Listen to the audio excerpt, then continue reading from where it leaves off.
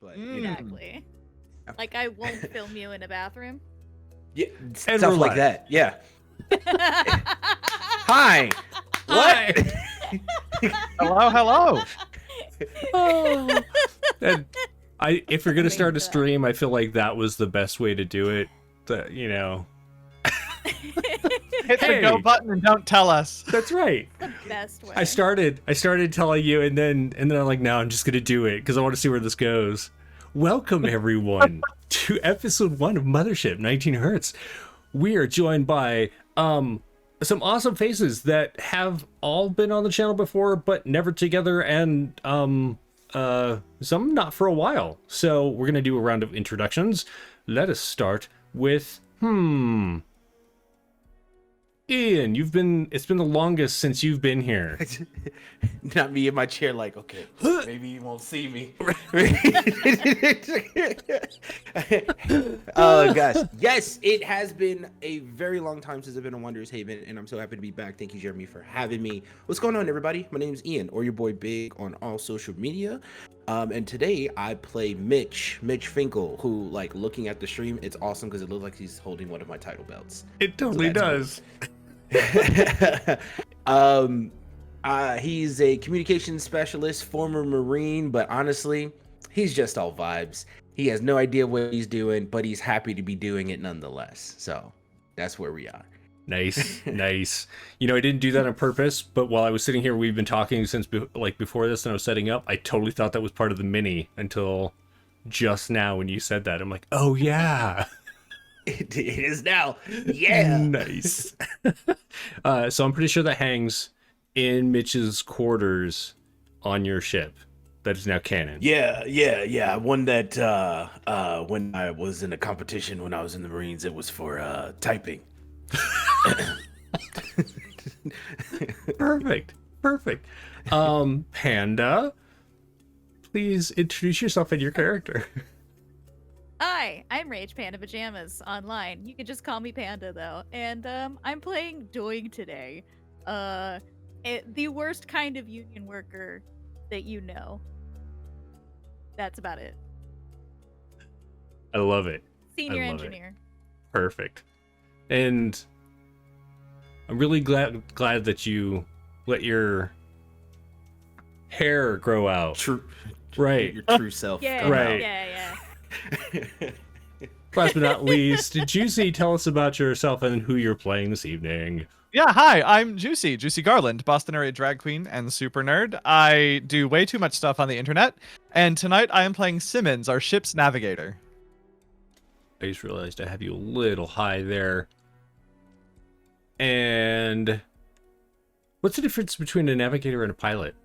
For Simmons. The navigator plans the route Okay. and does the math, and the pilot takes all the credit and looks cooler. Fair. That's 100% Fair. correct. Well, I'm Jeremy Hochhalter. Here's my channel. I do stuff here, and I'm just saying hi to everyone in chat. And we're gonna play some Mothership tonight because it just released. It actually came out this week officially, I believe, for the masses. But those of us who backed the Kickstarter, such as Juicy and myself, have had it for a couple of weeks, and it's going to be a ton of fun. I've been watching some of the actual plays of it for years now, since before it even was a Kickstarter, and it's going to be amazing. But before we get into it, there will be some. This is a space horror game. There are some themes to it that I just want everyone to be aware of, including some violence, some body horror, some death, some creepy crawlies. There will be some dark, and there'll be references to suicide. We're gonna kind of keep those toned down, but there are certain things that have been happening on the ship that we will take care of the best we can in descriptions. If anyone does need to step away, please, absolutely let me know. Or if you're a viewer, please, make sure you're practicing your self-care, step away for a moment, and I feel like that's a good place to get into this. What do y'all think? Hell yeah, give me those creepy crawlies. Perfect. So the great thing about Mothership is that the warden, myself, the game warden, really doesn't do much. I just kind of tell people what's going on a little bit. I didn't even roll dice. And so I had almost no prep to do whatsoever. Other than to explain that you all are crew members on a ship. The ship is called the Magnus.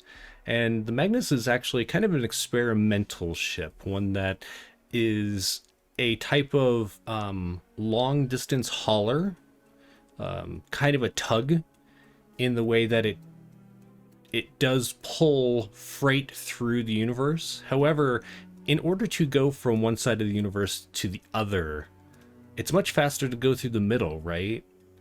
And there are a lot of dangers in getting too close to things that are in the older parts of the universe. Black holes, singularities, and various different spatial anomalies that can do harm to your ship and therefore yourselves. In this, a lot of the times, previous ships have just charted around it. So Simmons has a lot of experience with this, where you've charted around black holes, you've charted to get through or above or around or whatever different anomalies that would do harm to your ship. With this new ship, however, with this Magnus, it has a Kestrel hyperdrive in it, and the Kestrel is built to use the energies of those singularities, of those anomalies, to speed your way past them safely.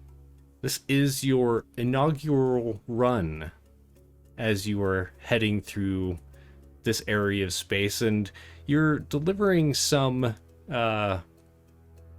fairly expensive, valuable cargo to settlers that are kind of spread out across the universe. As such, the cargo that you carry is quite important to those who are waiting on it. Some weeks have gone by. You were all used to long-term space flight. Mitch, this is probably the longest trip that you will have been on so far. But Simmons, this engine is cutting this trip in half easily. It's going to the way that it has just allowed you to skim off the edges of singularities and essentially ping pong your way through this deadly area is just amazing to you. However, as the weeks have gone on, some crew members started complaining about headaches, nausea, hearing things around the ship that aren't normal, seeing things moving around in the shadows. And as this has continued, some people started to disappear. The first one was a fellow named Todd Simic. Todd is just a cargo hauler. He's just a teamster that has... you all can tell me if you worked with Todd before, but Todd has been around the block several times. He's just vanished. There's no sign of him anywhere. As this has gone on, the tension between the crew members has escalated as the unknowing of what's been going on has caused you to question the ship, this new technology, and each other. And about 4 days ago, the first body was found. Now, the official record states that it was an accident, that this person was cleaning their firearm and it went off accidentally. However, there are rumors floating around that all of this tension is just getting to be too much, and that crew member might have taken his own life. As that's happened, things have just kind of devolved rather quickly. And as the three of you are actually in a meeting with Captain Lexelwa,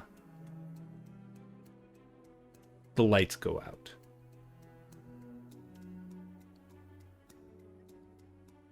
Now,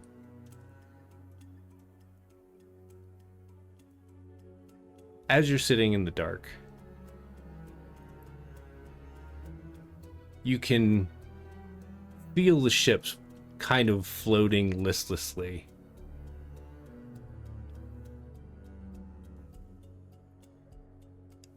Mitch, I'm going to have you do a stress roll real quick. Okay. This is my first time playing. Remind me what that would entail. It's my first time playing too, and I've got to double check. Yeah. I believe it's a D20? Okay. Juicy, Let me if make any sure of I this don't sounds wrong, you let me know, since you also read the rules and probably I remembered did. more of them. But that fell out of my brain, so I'm gonna go look at the book right Right? now while you are figuring this out and vamping. No, While you're there is this looking, roll, yeah.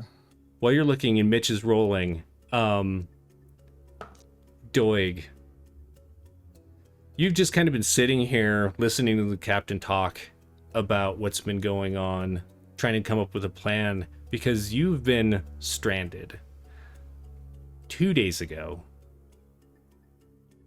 you were standing in your room, which is just down the hallway from the engine room.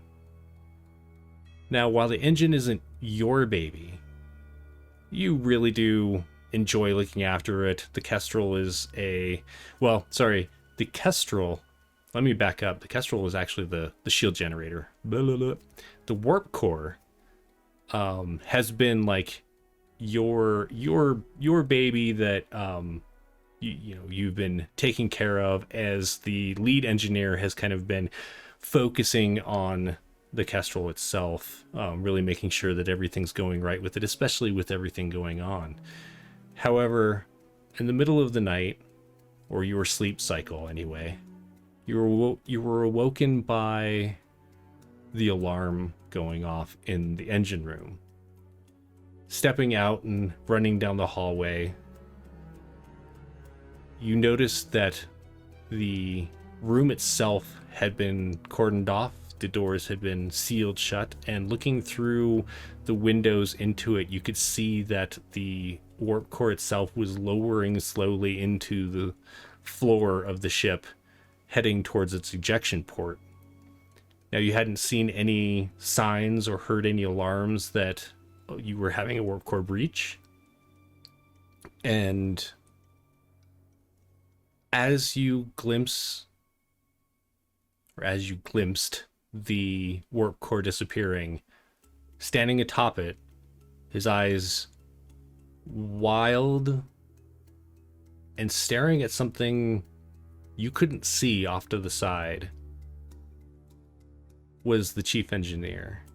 And he rode the warp core down into the ejection port and disappeared. As you're sitting there and this remembrance is filtering through your mind, a low red glow arises from the emergency lights. Mitch, what did you get? So there are two kinds yeah. of rolls here. Okay. There's either a sanity check or a panic check, depending on what you want to do. I would recommend a sanity check here, which would be a D100 roll to roll under your sanity score. If you roll above it, you will increase your current stress by 1. That's when you the make one I panic wanted. checks, you run the risk of panicking. That's when you roll a D20. And if you roll greater... So what you want to do is roll greater than your current stress. As your stress goes up to a maximum of 20, it becomes harder to resist the panic.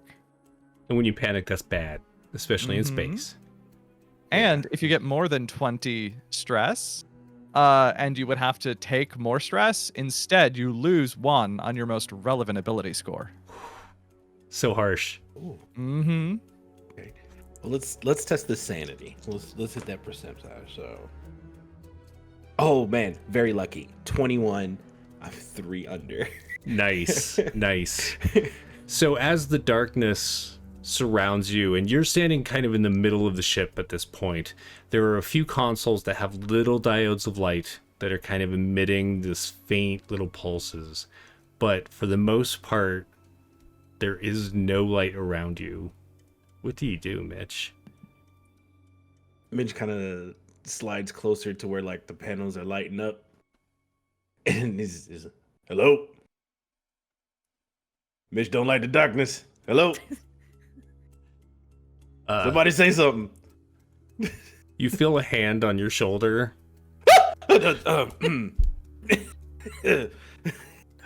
And Captain Lexella just says softly, "It's okay.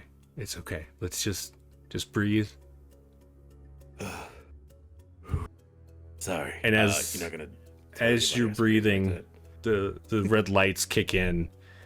Now, these lights are low energy lights. They are what comes on when you are starting to run out of power for the main lights. Doig, that's not a great thing. Nope. I think we need to get to work real quick here, guys. This is pretty bad. Yeah. What happened with the lights? Do we know? Not yet. But I'm gonna find out. How fast can we get them back on? Wasn't exactly expecting this to happen, so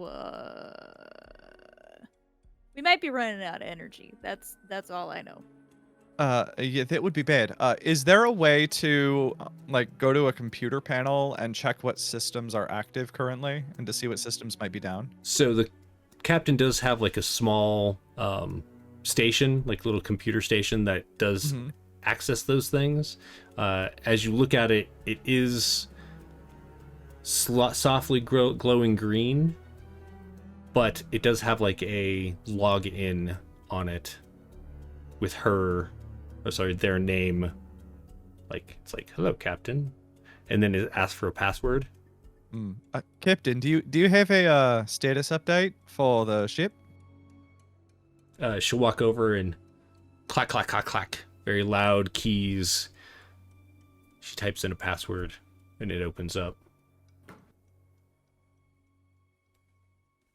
Which systems are functional? Which ones are losing power? And is there a cause that you can detect? She'll do a little search. I wasn't going to roll tonight, but I'm going to have to roll for her, aren't I? That's all right. I like rolling dice. Don't we all? That's why we do this. Right? Oh, let's see. She says, or they say that they're having some problems. It's not really connecting. It's like the mainframe has gone down or something.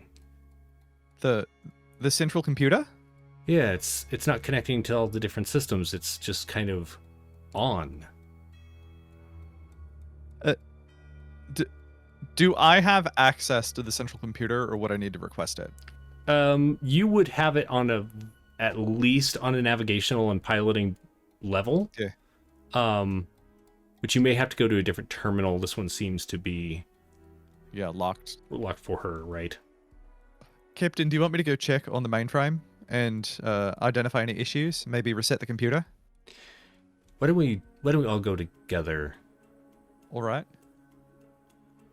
Quick question: wouldn't I have like a decent access to be able to maybe see what it's not connected to specifically, or if there's like a lack of a better term, disconnect between the communication between the main computer and all of the systems? Yeah, I think you would probably have, once you logged in to a computer terminal, you'd probably have a pretty high level of security clearance that would allow you to check systems. Now, whether or not you could verify what's broken about them, like what's not working or what is maybe not in your purview, but is...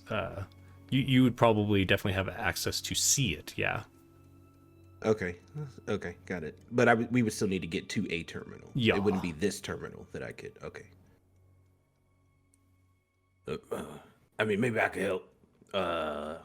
We just got to get to the terminal, and then I could check the blips and see what's going on.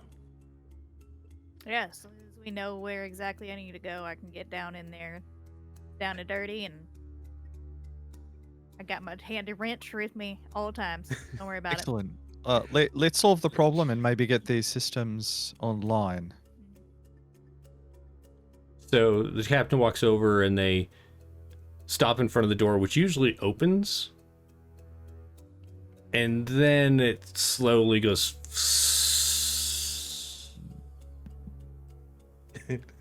It's funny, actually. It is. It's funny if this isn't real, right? If this is real, that is horrible. That is terrible. Like that means weird. Because if we need to run away from something, we are dead. Okay. Oh, I thought you were talking about the mustache. Sorry. Oh. Yeah, that's true. What Yeah, mustache? that's true. Okay. All right. Lead the way, guys. You know better than I do. So what kind of, like, what systems are you trying to access? The lights. Okay. Yeah, and I want to run a full diagnostic on the ship to see what systems are down. Okay. And to find a root cause if possible. Okay. So a lot of that is up kind of near the bridge, like all of those workstations and everything. But as you step out of the hallway, you start to head right, and that's going to take you down a hallway that leads up. When I say up, I don't literally mean up. Sorry, forward.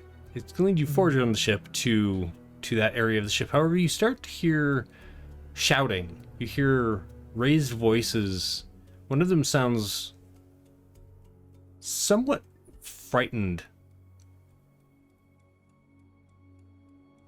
Do we recognize any of those voices? I feel like they'd would be vaguely. recognize the angry voice, Mitch. It takes you a moment, but one of your security officers is yelling at someone who sounds quite frightened, and they're down to the left instead of up towards the front of the ship.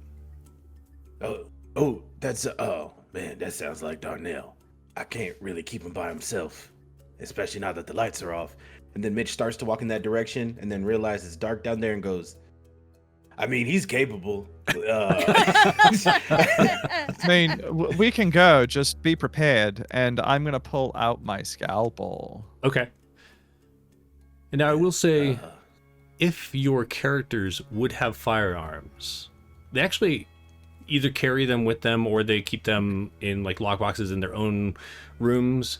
There is piracy, and therefore you would travel with weapons to defend the ship with. However, building an armory in the ship itself wasn't really part of the specs, and so if you would have weapons, they would either be on your person or in your private quarters. As you head that direction, just the soft ebb and flow of the red lights lead you towards the hangar bay. In the hangar bay, across to the right as you step in, you see Private Darnell Olander. I had to change his name real quick because I wasn't expecting that. Good job, bitch. Is holding a case up away from a short woman. Her name is Missy Jackson. She's wearing a white overcoat, and she has some thick protective goggles on. And she's trying to grab this case from Darnell's hands. Oh, damn it. Donnie, what are you doing, man? Why are you messing with this part? Ma'am, are you okay? Give me that. Give me that. As you head towards Darnell, he just calmly looks over at you. There's something off about his eyes. And do I clock this? Yeah, Looking you very would. familiar. So all of you do walk in and see this. Does what look familiar? The look in the eyes. Oh, yes. Yes, Doig, it does. And I've got a real bad feeling about this, y'all. God, this isn't fine, Star it's Wars. It's just that now he's just kind of being a turd. Like, Donnie, give me the thing, man. Come on. Missy, Darnell, what's going on over here? as you head closer, Missy says, he pulled the AI chip. He has the processor. He pulled the processor chip, and he won't give it back. Darnell, why? And Darnell is just staring Mitch in the eyes. Hasn't stopped staring you in the eyes, Mitch, since you called him out. And there's this little ripple across his right eye. And then he reaches down and he pulls something out of a pouch on his leg. And he clicks it. And you hear beep, beep, beep. Darnell, Beep, what is that? beep, That sounds beep. like a ball. Do I know what that is? beep. What is your... Do you have With military training, firearms? Industrial equipment, mechanical repair, and that's about the closest I've got. But I would I've got military right. training and firearms. Yeah, absolutely. And I'm Mitch, standing in front of him. You absolutely know he has a grenade in his hand. And I will say that Doig also will realize it, although it's not necessarily the kind that Doig has seen used for different explosives for different things. But once Mitch is like, "Ah, explosive!" Yeah, it becomes pretty obvious. Can I grab the container and run? Not the grenade, the container. Why don't you do a Combat roll? I was gonna say either speed or strength, like speed for quickness or strength to try and wrench it. I'll do strength. Okay. And I'd like to grab for Missy. Okay. To pull her away from Darnell. Yeah, let's do either a speed or a strength is fine. I rolled a 15 under a 39. Okay, nice. Success. Oh gosh, I can't read anything. Oh, 14. Okay. Beautiful. Straight 37. Yeah. So, how did you roll that, JC? Was that speed or strength? That was strength. So I lunged forward and wrenched the box from Darnell's hands and then turned to run. I don't know what's beeping, but the reaction around the room is bad. So I feel like I want to grab that, assuming it has the computer chip, and go. What is Doig doing? I think Doig, seeing the two of them getting into action, is going to try to tackle him down after Simmons grabs the whatever's in there, to at least stop him from resisting. Okay. Go ahead and let's call this one a strength or a combat. I feel like it's more strength if you're trying to wrestle him down, but if you're trying to knock him over with a punch or something, that'd be combat. That is a failure. Okay. So as you jump forward to tackle him and Missy's pulled away and the case is pulled away, he goes stumbling back. He had kind of a lot of his momentum holding those things, right? And he starts stumbling back and you go just soaring in between them and kind of land on the floor, scuff a knee, and you hear clunk and then this rolling can noise as the grenade rolls towards the hangar door.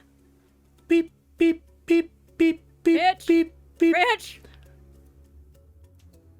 You need to move back. We gotta move. There's no way to stop it right now. I mean, the faster the beeps, the smaller the time frame. Yeah. Yeah. Can we jettison this thing out? Is there a?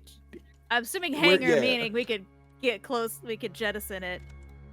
Yeah, Is so there let's something? take a look-see at that there hangar that Yeah. you're in on this amazing map by Chepaku. Yeah, it's gorgeous. This is sick. It is enormous. It's so big. I love it. Take this off. So- I can see better. You're all about here. Are one we more- fore one more or clip. aft from the shield generator? You are 4 from the shield generator. Okay. Okay. Oh, hangar control. I see. And now there are controls inside the hangar as well, but for situations where like it's open atmosphere and such, either you need a suit to use those, or they do the controls within the closed off areas. So all of this seals around this room. There are 3 ways to load into the room. There's through the left, the right, or that like drop down in the middle. Mhm. The drop down in the middle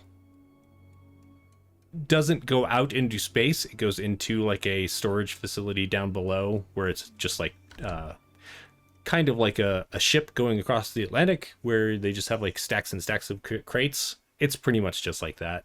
So it's container cargo. Decorations. What's that? It's a Christmas decorations. Yep. Yes. Yep. And ballpoint pens, just container cargo. That's all that this is. It's just Christmas decorations and stationery. As the actually, so Doig is more like There now. Okay. here. Simmons grabbed the thing, and you were like booking it away, right? Yeah. Okay. So everyone's about. Oops, that's not what I wanted. Everyone's about there. The captain is looking just a little confused as to what the heck is going on. And Doig, you hear thunk as the grenade hits the hangar door. And that's over here, right? Correct. Yeah, that's the one that it's Yes. rolling towards. Correct. Got it. Okay. All right. So this is a door that. So there's the 2 doors, right? So there's this door, and then there's this door that goes into space. So- This is the hangar door. Okay. This is like a lift. So it's not an airlock. It's Dang it, just a okay. single door, Correct. right? Dang. Can anyone like kick it out the hangar door and just the rest of us grab on for That's like kind of what our I'm lives? trying to. What I'm thinking. Or we could It's just right toss it in away. that. We could just toss it in the hangar bay and like damned be the cargo. Pens, But at least no! No, we can't. Not the pets! horror! No, we have to protect the cargo. We've got to send it out the door into space. It's just right there. As I run away. As I run away. It's just right there. All right, so we're gonna do a body save, everyone. Yeah, Oh, we are. God. Do it. Do I get any bonuses for having tried to run away already?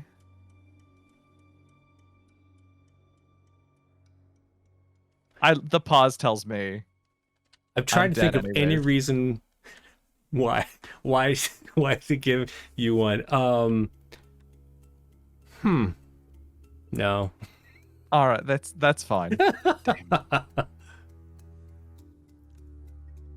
I've got a 1 in 5 chance of succeeding. It's gonna And- be amazing. Oh, 66 over 21. Okay, perfect. Yeah. That's good, right? Ooh, just barely. Mitch, you, Doubles the wins? right? Mitch, you made it? Barely by like 2. I got 28. Okay. And I also narrowly didn't make it, but I made it. nice. So Um, narrowly. So the grenade goes off. There's a resounding blast, and then just the suction of the air blowing out, as essentially all that you can hear now is the rushing of wind going by you. Missy, oh, I forgot to roll for Missy. Hang on. Oh no. Missy's dead. Missy hits the floor, like from the concussive blast. Simmons, you hit the floor from the blast. You notice Captain Luxelwa does stay upright and manages to grab onto this crate. Mitch, you are upright, and Doig, you are in the same position you were, so you're kind of like on a knee, but you are upright. As everything starts getting pulled towards this hole that is now in the door. Okay. So there isn't initiative in Mothership in the way that there is in other games that we won't mention right now. So you just let me know what you want to do. I'd like to run in the direction of the computer if I can. And if I can't do that, jump down into the hangar bay. Is it feasible to keep running or no? Like in the direction of, I assume, the bridge where the computer would be. I feel like, so the bridge is up on the map. The hangar control is down on the map. All those doors are open right now, so you could run, like, I'm trying to click on the map in the wrong window. Hang on. You could run this way, for example. If that can get me to safety with the computer chip. You do notice that there are these crates here that are slowly moving towards the door, but they'll probably buffer you somewhat from the effects of being pulled out the door, if you want to try that. Yeah, I will do that. If they will help secure me and therefore the computer, then I will do that. So let's do a strength check. All right. I think Here as goes Simmons gets nothing. close to, I think Doig will try to kind of like give him a push off point. Oh. Okay. I want you to do that with advantage, Simmons. Now, just to review, that failed body check for me raised my stress by 1, correct? The first one? Yeah, the body check. Correct. And then my now failed strength with a 42 over 39 will raise my stress again, because every time you fail a check, if I remember correctly, stress increases. So you're going to get advantage on that strength if you want to re-roll it. Oh, because okay. Doig is helping you. Thanks, Doig. I tried. That's also a failure. Okay, Wow. then Oh, yes. well. Oh, wait, hold on. I rolled speed by accident. Let me redo that. Sorry. Hey. Third time's a charm. Here we go. That's still a failure, even worse, with a 50 over 39. Perfect. All right. Oh my god. So I think this would be a great time to point out to chat that you can help out the characters by getting advantage. Please. Oh, it Clearly. didn't save my thing. It should be, that's weird. I wonder why it didn't save. So it is 200 bits for granting advantage to a player, 500 bits for everyone to get advantage. How big is the hole? You know, it's not that big. You do feel like a person could get sucked out of it, but it's not huge. Not huge. Bigger than these crates? Yeah, I was gonna say, is it bigger than the crate? Like if I threw one of the crates at the hole. It's difficult to tell, but you are definitely eyeing it, and you're like, might stop it.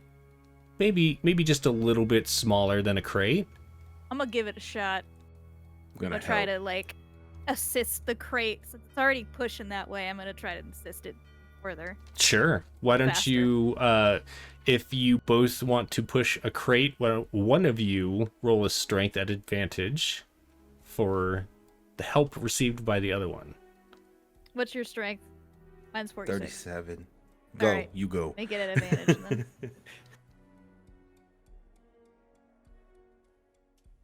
It's still a failure. Uh-oh. Here. Just so you know, if you get a 00 or you get a 90 to 100, let me know. Yeah. Those are cool special effects. Absolutely. Cool. They're fun. They make fun happen. Right? As you're trying to push this crate, you realize that it must be magnetized or something. It is being pulled towards the door by the air, and you're kind of moving it, but either there's something just super heavy inside, or it like the base is magnetized, and so it's just kind of like sliding very, very slowly. It doesn't. You can't push it all the way there. This turn. Mhm. You hear a wrenching noise, and you see the top of a crate go flying out the open hole into space, and you see that Captain Luxelwa is like digging through a crate, kind of throwing things aside. Looks like they are looking for something to help out with. Simmons, you go ahead. Yes. No, I was gonna ask. This is a spaceship. It exists in vacuum to protect us from, death. Are there emergency hull like cover kits? There are. Button. I imagine as a trained officer, I would know where they are. You probably would. Could I try to get to one? There are some over by the door that is currently venting into space. You also know there are some in that like central hangar bay area, and then also opposite on the other side. Well, I'm right. I'm closer to the central hangar bay area, so Okay. I'm gonna go in that direction and try to get one of those kits. Am I able to? So the door. The hangar bay door that goes down. Is that a lift, and is it already depressed, or is it ground level with us? It is lifted and is currently at level with you. Okay. All right. Then never mind. I had a thought. So yeah, I'll go to the nearest kit and start it up. Go ahead and make me another strength check to see if you can get there as the atmosphere blasting past you. Everything went into intellect. So, I got a 98 over 39. Oh no. As you start moving forward, a box that isn't held down comes whipping through this area and just hits you. You go flying. You actually get tossed about halfway back to the door. You can either grab a crate or hang on to the chip. I'm gonna hang on to the chip. Okay. So you are now Shit. knocked over, sliding past Doig, essentially. Doig, you see this crate go flying off, off to your right, and then it gets sucked out the door. Simmons is knocked off his feet, hits the ground, is just clutching this case like it's a lifeline instead of like reaching out to grab anything. Mitch, you also see this. You also notice that Missy is slowly being dragged towards the door as well. She's trying to grab onto things. She tries to grab the crate, can't get any purchase. Jeez. And you notice that Darnell is actually standing in front of the door at this point. He's just arrived. He has a hand on either side, and he turns and looks back at you. His veins on his face are starting to puff up. His eyes are starting to redden, and he just lets go and flies out into space. All right, there's one problem. One less thing to worry about, right? And I grab onto Simmons. So there has to be an oh shit button on a spaceship if something like this happens. And I would assume that it's close to those hangar doors, because if there's a breach, right? So there are the breach kits that the Simmons is looking for. Mm-hmm. It's just that Simmons is a little twig in a big effing storm, and okay. So there's not a button or a console to where if things happen it just and it shuts off like the area of contamination or whatnot. Yes, but that door that would go has a hole in it. Oh, the door has the hole. Okay. So Yeah, so that's like the problem. Yeah. Yeah. So you I need, thought like, it was the wall. Okay. Gotcha. Yeah. So there's not like a redundancy that isn't already sealed. So this needs like a breach kit to. And you actually probably all would know the breach kits are like these foam pellets that essentially like the foam molecularly adheres and it just goes and just creates a patch. I can imagine before we left for the mission, I have this flashback in my head of me like going to the corporate supervisor and being like, these damn doors do not have airlocks and that is not OSHA compliant. This is bloody ridiculous. Right. And they said, oh, well, it's not in the budget for this, if everything goes well and this first trip, this inaugural flight of the Magnus goes well. I'd like to file a formal complaint before we leave. Yeah, you go ahead and you file your complaint and exactly which form do I need to use, please? Oh, there's actually 5 in triplicate that we need you to fill out. Not a problem. And then we can cut back to me, like grasping with one hand. Yeah, and Doig 100% is trying to link arms with Simmons to be like, get the fuck back up. Mitch is gonna make his way towards the hangar bay to get another kit. Okay. Go ahead and do a if you want to go towards that central area, do a strength check. If you're going towards the breach, because there are also kits on like either side of the door. You don't need to do a strength check to get there, but you'll need to do a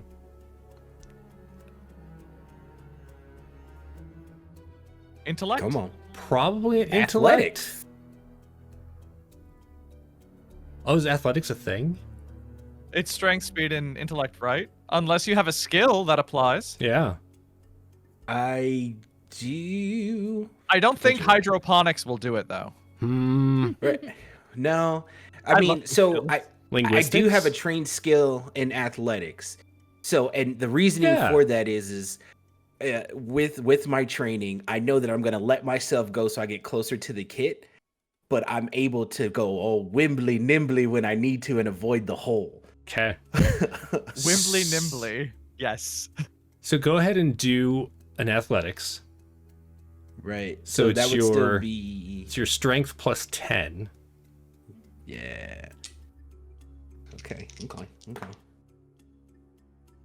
Oh, yes. Okay. 26. Nice. While this is happening, Simmons and Doig, Simmons is essentially like, sliding by you, Doig, hanging on to this case for dear life. Doig, you're going to try and grab Simmons. Mm-hmm.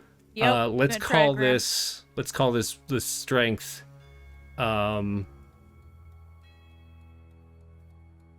If you are trained in athletics, I feel like it could work.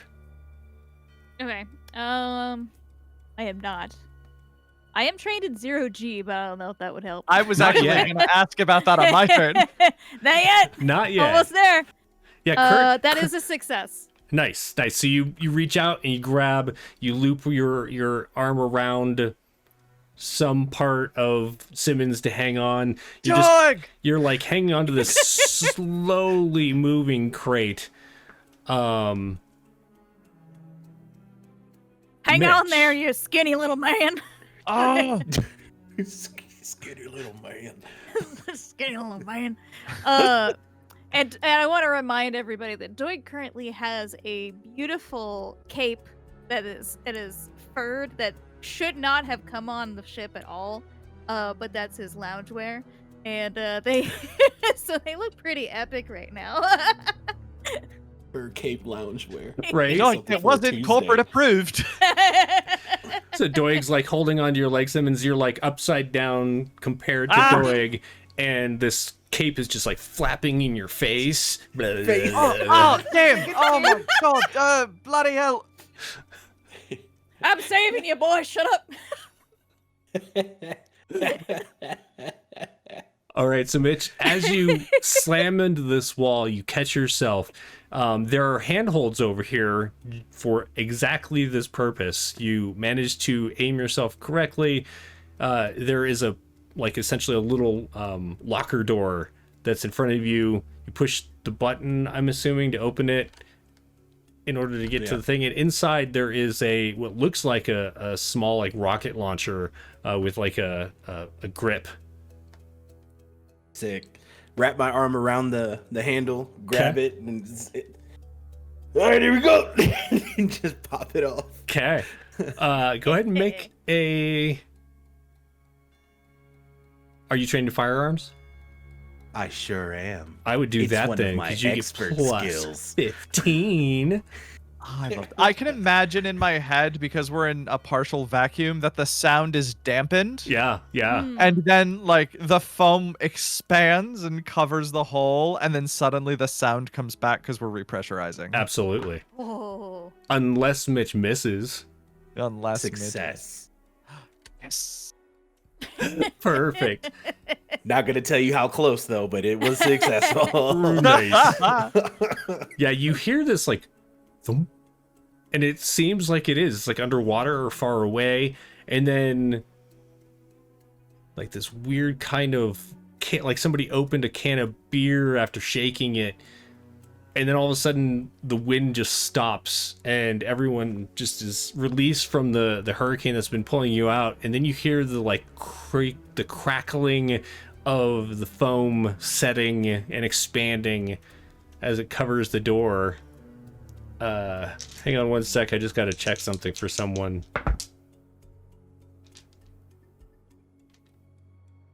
Everyone falls down. Oh no. I hate to give us more homework, teacher, but I do think we should probably do a sand check here to see if we gain stress. I think so, and when you realize that Missy is like stuck partially in the foam, Oh God. like legs out, hand reaching out towards you, Twitching. Oh, I rolled 100. Oh goodness. Okay. Oh my God. Don't get any better than that. Oh my God. I think I'm gonna be sick. I didn't even see her there. That's wow. That's a Well- lot of nope for me. I'm gonna. Look, I sand roll is, oh my God, I got a 92 over 54. All right. What's my sin? That's more stress. This stress has gone high very Right, quickly. so you start- I will have you know. You started with 2. I feel like you've over doubled that. I am Yeah. at 7. Yeah. Yeah, I'm at 5 right now. Okay. Mitch? Yeah, I rolled 100. Oh shit! Oh. Does anything special happen when you roll 100 for your stress check? Not for stress. Oh no! But like if I go into a panic, then yeah, there's a problem. Well, I don't know. So as the navigator, I took scientist, and that means that whenever I fail a sanity save, every friendly player nearby gains 1 stress. Oh, Look at motherfucker! Well, look So at that. enjoy your extra stress. I have high sanity at 54. I will have you know, but Oh. Okay. Look, what was when the rule? leadership's When you- stressed out, I'm stressed out, and I don't yeah, like that's being. exactly it. What's the rule for stress to where it turns into panic? What is that? Over 20, right? 20, I think. Yeah. Okay, cool. We're good. No. Oh no! When you have I will double check because I'm misremembering right now. That might be right actually. Sorry. Okay. Panic. While you're checking, you do notice Captain Luxelwa goes over and kneels before the foam and the clutching hand of Missy, and they just reach up and take her hand and just hold it, and the minutes tick by, and you see her feet just kind of twitch and then go slack. And another minute goes by, and then she lets Well, then Lixella stands up and Missy's hand is limp.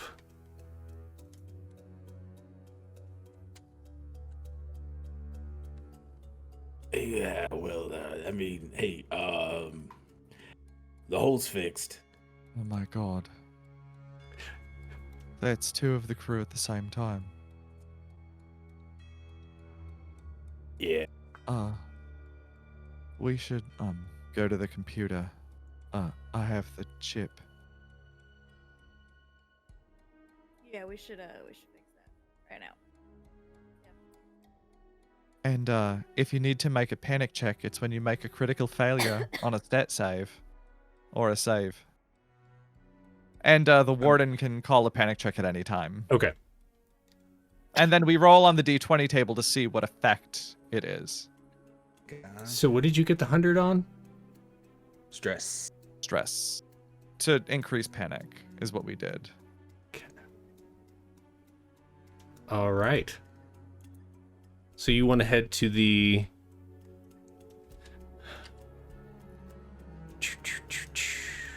I have these all labeled.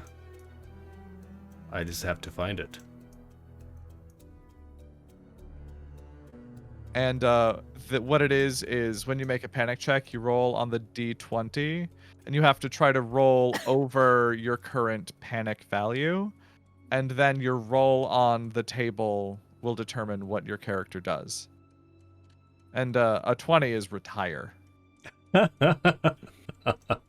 So what if retirement isn't an option? Like... Then you roll up a new character. That's what it says. Luckily, it's very fast. All right, so in between the bridge and the hangar bay, I don't know if you can see where I'm pinging on the map. This is the room where the chip is from. Yep. Can see it. Right, then I head in that direction. Okay. Yeah, should be just a good walk. Come on, folks. Yeah. Do I get lingered a little too long in that hand? Just kind of giving a good flashback to what he witnessed, and follows the group. Okay. Thanks. By the way, Doug, I'd probably be where Missy is if it weren't for you. You know? Yeah. Just keeps walking. She's probably right. Yeah. All right, so Isn't there like some report that you can do for this?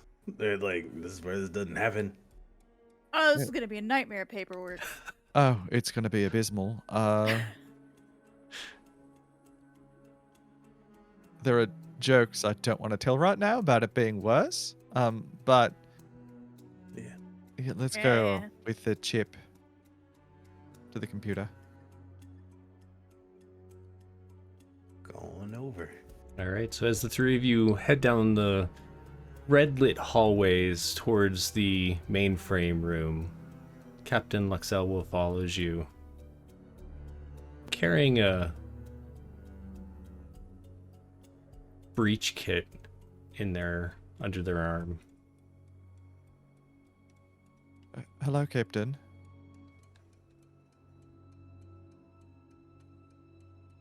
Hey, Simmons. Are you all right? How are you feeling?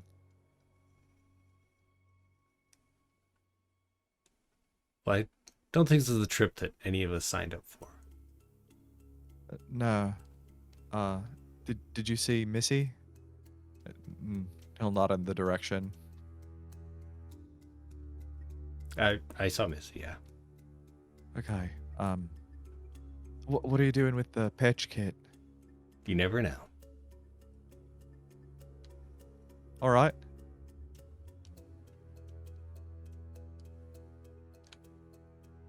Captain being a little more nonchalant than usual.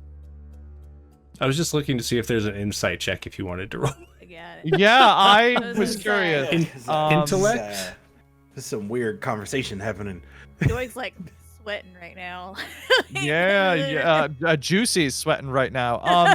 Maybe an intellect. Yeah, let's do intellect. So I'm not really seeing a I'd love- trained skill that is quite. Yeah, I was looking too, but I didn't see one. Maybe psychology, but Sure. Intellect. If anyone's trained in psychology, Nope. I'm not. I wish I were. But I got a 40 under 57 intellect. nice. The captain is very stony right at the moment. Usually they are pretty happy-go-lucky, pretty warm and welcoming. And you notice there's this like tension to their face and their eyes, like not quite crazed, but their eyes are just a little wide, a little squinchy in the corners. Yeah. Like they're- Captain. Go ahead. Captain, do you need a moment? It's been rough. I'm just gonna take a seat while you plug that back in. Yeah. Yes, of course. Can I take the kit from you? Do you think you'll need it? I just want to make sure it's where it needs to be in case there's another emergency by its station. Do you mind?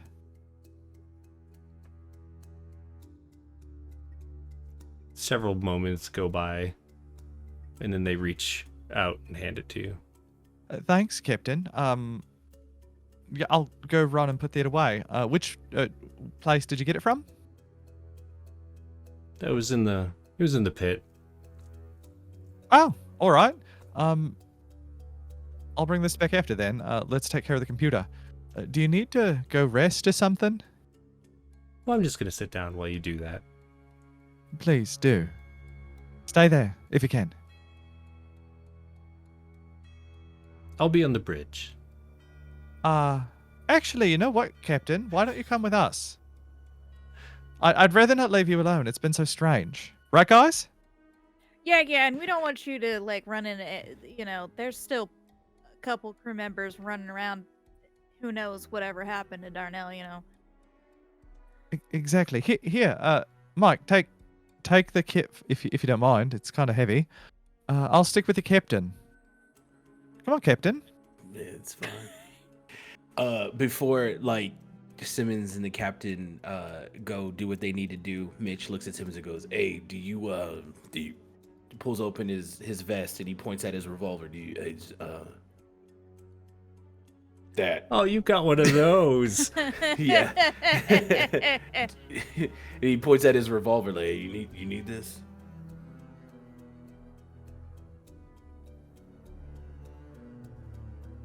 I think that's to Simmons, right? It was Simmons, yeah. Okay. Oh! No. I didn't know if we were dramatic okay. pausing. Right. No, I thought it was to Doit. Doink's like, no.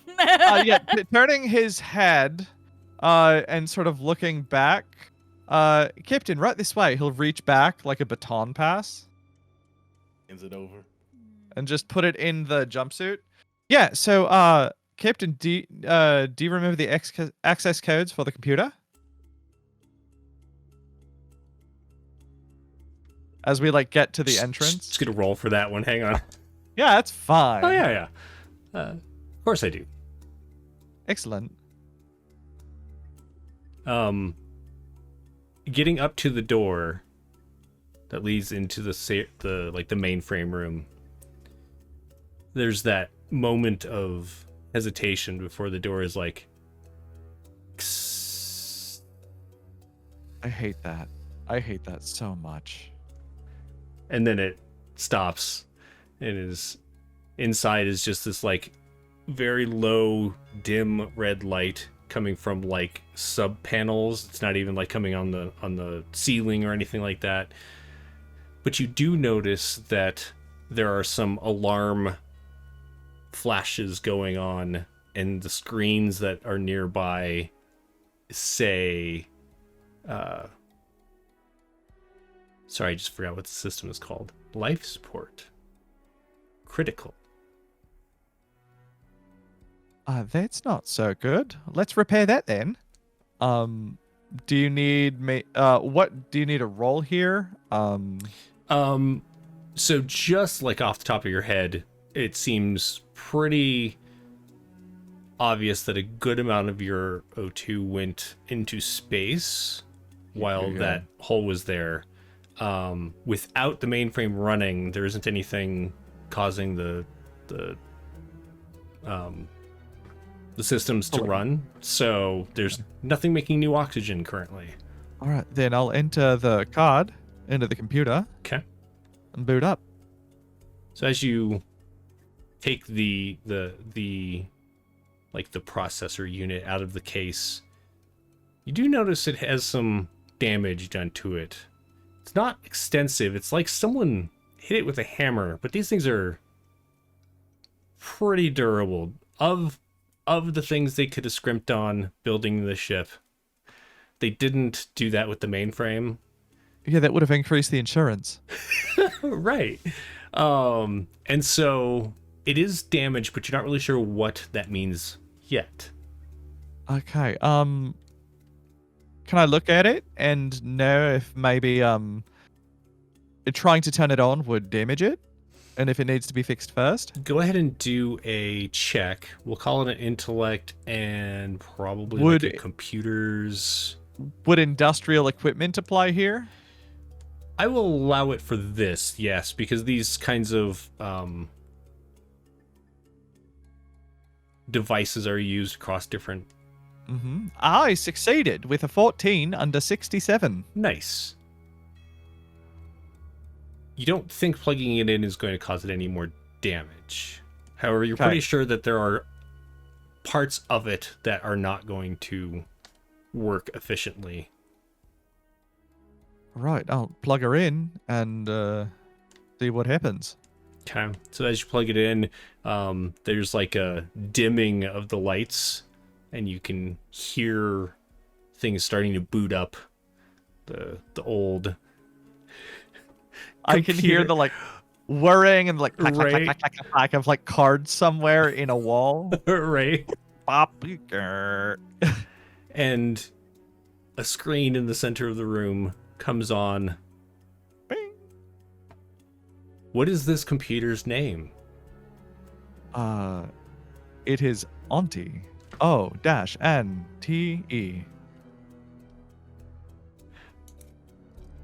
O-N-T-E.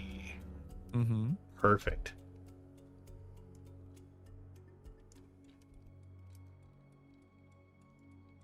A blue light appears just below that, and a laser shoots out across the room, scans everything. Anyone in the room gets like that. Mm-hmm. Do you have a rank, Simmons? I assume, yeah, I would be an officer. So, as navigator, I'm probably, and like I picked scientist, so I assume I'm like technical officer. Maybe I'm the senior technical officer because the pilot would be different and above me, like diagonally in the tree. You know, I feel like they always make computer voices like all calming and like, "What are you doing, Dave?" You know, that kind of, or it's like feminine, and this one should be all like, "Hello." Make it erratic. Right? Maybe that's what it's supposed to sound like, and you hear, "Hello, Technician Simmons." Hello, Auntie. Can you run a diagnostic and give us a report on the state of the ship? Processing. And Auntie, please turn on all life support systems. Processing. What do you think, Captain? Behind you, you hear, as the door shuts. Nope. Captain? Oh no, the captain's still in the room with you. Sorry. Oh, okay. It just Yeah, took yeah. that long to. I hate that. The captain just kind of is staring at the door, and then looks at you. Doig, where are you? Probably just inside the door. Okay, so you went with them. Yeah. And Mitch, you're heading back to drop off that case, right? Yep. Let's come back to this room in a moment. Mitch, I need you to make me a check. Sure. Let's do an intellect check. Sure. No. Failed. Just failed, not any like 90 or above. No, Okay. It wasn't that bad. Yeah. All right, well, add your stress, and then we'll. As you're moving through, you notice that the lights do, like those red lights do dim just slightly, and you can hear somewhere in the ship things are booting up, and they glow. Yeah. They get a little brighter, and then you think you see movement across the hangar from where you are. But you look and there's nothing there. No. Okay, let's quicken pace. As you get to the pit and go to place the kit back where it goes, what's your stress at? 3. Okay. You hear something. It sounds like someone dropped a pipe, but it's like far deeper into the ship. It's just like noises that you're hearing in the aft, but it's just very strange here in the dark. I'm fine. Just get it together. All right. Yeah. Hello? No, I'm fine. That's all right. There's a click as you put the kit back, and then you turn around and you look, and the hallway that you came from no longer has lights in it. What's the room specifically that I'm in? So you're in the hangar again. In the hangar. Yeah. So I would assume under the main, especially under like my console, because I would have a communications console within the hangar. Sure. Okay. I'm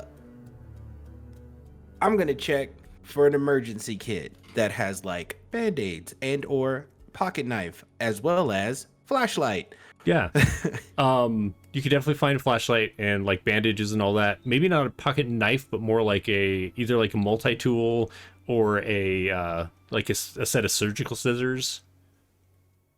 I'm gonna take the surgical scissors and the flashlight, and I'm gonna check it to make sure that it works. It does work. Sick. All right. I'm fine. They didn't put batteries in anything. It's all just like empty. You like unscrew it, it's empty. Nothing in there. You never know. Right? The one Pop it on and just like, yeah. Yeah, you shine it around. Go ahead and make one more intellect check in that case. Sure. Oh, dude, even better. Okay. I passed this time. Nice. Yeah. As you're shining the light around, up there where that vent is across the room, your light sweeps over it, and then you pull back and you look, you like shine the light on it again because you swear there was something shining in the vent, and now it's gone.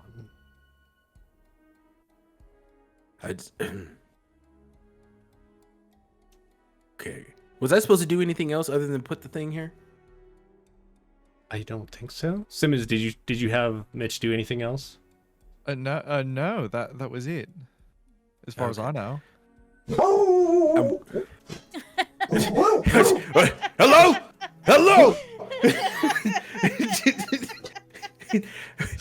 That's a great timing. Right?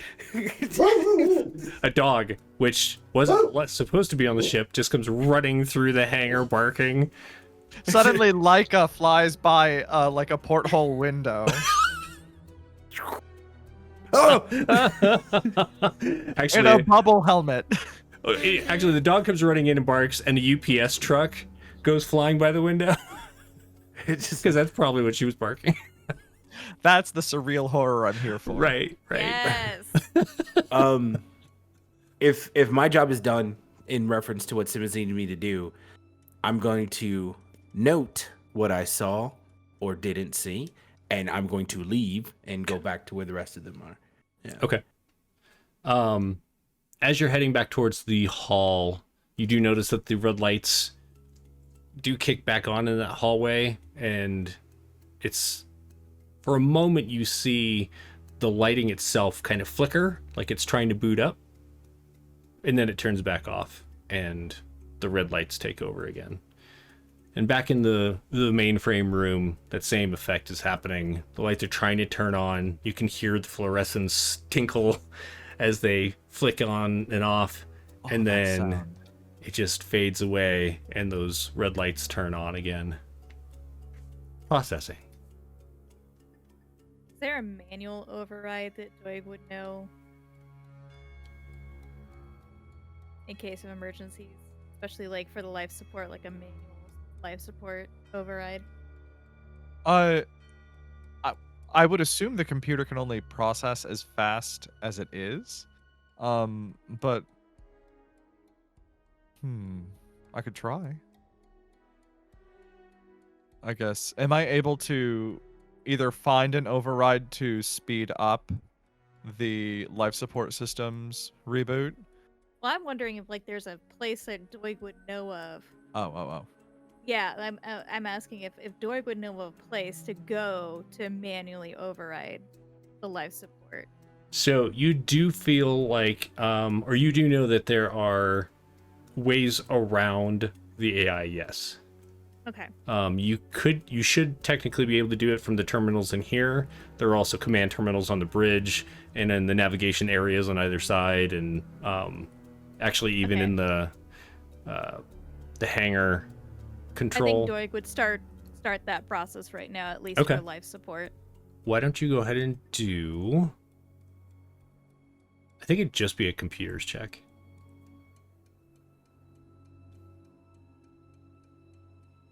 Okay, yep, that's a success. Okay. As you're doing it, you can actually see there are files that have been corrupted as you're like trying to like move your way through these commands and everything, and they're not directly having to do anything with what you're trying to do, but you can see that there are systems that are damaged. Whether this is because of the AI being unplugged, probably not correctly, or something else that has happened to ship or something. So you're going in, and you didn't realize quite how stale the air had become until some fresh air starts to slowly blow through the vents into the room. Go ahead and make intellect checks, the two of you. All of us? No, just Simmons and Doig. Okay.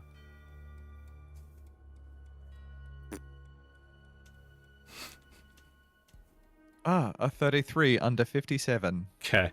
So, Simmons, as this air blows in, it is fresh, but there is this like weird underlying tang to the air that you're not used to. But it is Like a sour tang or Yeah. a metallic tang? kind of a sour tang. Oh. But it is oxygenated, and it is suddenly easier to breathe. Auntie, security override 5932B. Only allow the captain or myself into the computer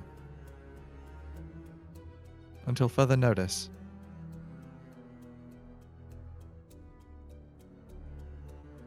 I see Doig's mustache working. I'm gonna let Doig take care of that. Doig's just kind of gonna get a little shifty about that, and just kind of say out loud, "Oh yeah, got the manual override for the life support. Good job, Doig. Thanks." Behind you, Doig, you hear "Kss." As the Shouldn't door be still going. opens and Mitch comes in. Oh, thank God. Hey, I put the thing next to the thing. What's going on? I saw my soul leave my body. Ooh. I love the time frame it takes. I'm like, I love that. Why aren't the lights on? What's happening? Oh, I can work on that next. Doug will start trying to manual override the lights back on. As you start doing that, you don't even have to roll for this part. You may have to roll to fix it, but you realize that at least on the software side of things, what you're seeing as far as what's been corrupted won't allow the lights to come back on. Looks like that part's corrupted. We might have to start manually turn on the lights. Is there a manual workaround? Would there be? Why don't you do you have mechanical repair or engineering? Mechanical, yeah, baby. Go ahead and roll that. If you succeed, you can keep the roll to do it later when you get to that area of the ship. Okay. But this is going to be a... Do you even know if that's possible? Yes. You are pretty sure it is. There are physical redundant systems, even though they aren't... there's actually a separate manual for them. They're not in like the user manual for the ship. It's like a separate thing that they were like, oh, and should you have problems, you might need to read this later or something. And you just happened to have read it on your trip. You were like... Look, I've been back and forth enough times, you know, you get bored sometimes, you start reading shit. That system, like those kinds of controls and things that you would need to repair are on the opposite end of the ship, back where the engine used to be. Unfortunately, to get the lights back on, we're gonna have to boogie. Used to be. Oh, that's right. Oh, okay. Yeah, Sorry. the opening trauma that Doig's already been through. That's right. Because nothing's working. Okay. Yeah. Yeah, sure. If it'll get the lights on, I mean, I'll just. Can we go? Yeah. And Doig, I'm assuming Doig probably has like some kind of headlamp because of all the crawl spaces he's gonna have to go through. Sure. So he's just gonna go ahead and put that on and click it on. Is it the hood to the cape? Yeah, it is. Okay. That's right. Just pops That's it so up. cool. Poof.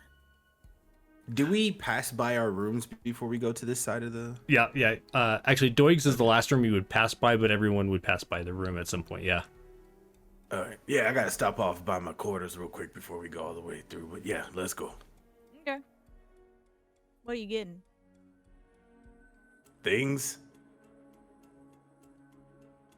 You get All right. contraband? You want something? Yeah. It's All right, a bad all right, day. good. You know, now's the time to pull this shit out, right? Yeah, let's go. We should get there right now. That's a way in game to relieve stress, by the way. I kind of figured. Okay, cool. Yeah, let's go. All right. Well, as There's like this is a little strut now. speaking my language. The two of them are practically holding hands and skipping right now. We're off to see the whiskey. Anyway, as the three of you leading the captain towards the aft of the ship head that direction, we are going to go on break. We're going to take a $5 or so. If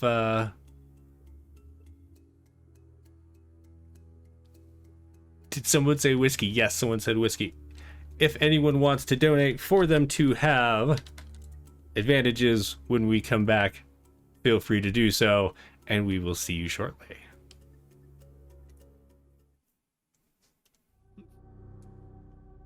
Welcome back, everybody. All right, so our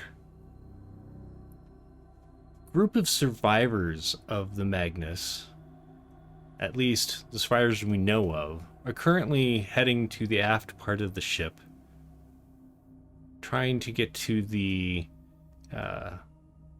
parts of the computer where they can manually reset things like lights and other.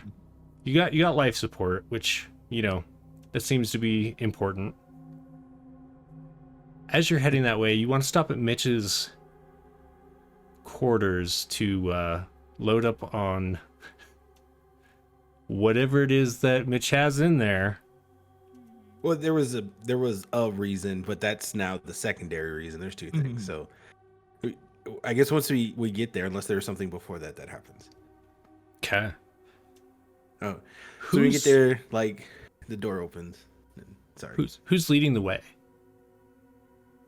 I'm sticking with the captain and keeping a damn eye on her. Probably me with the headlamp. That makes sense. Yeah, that makes sense. Totally.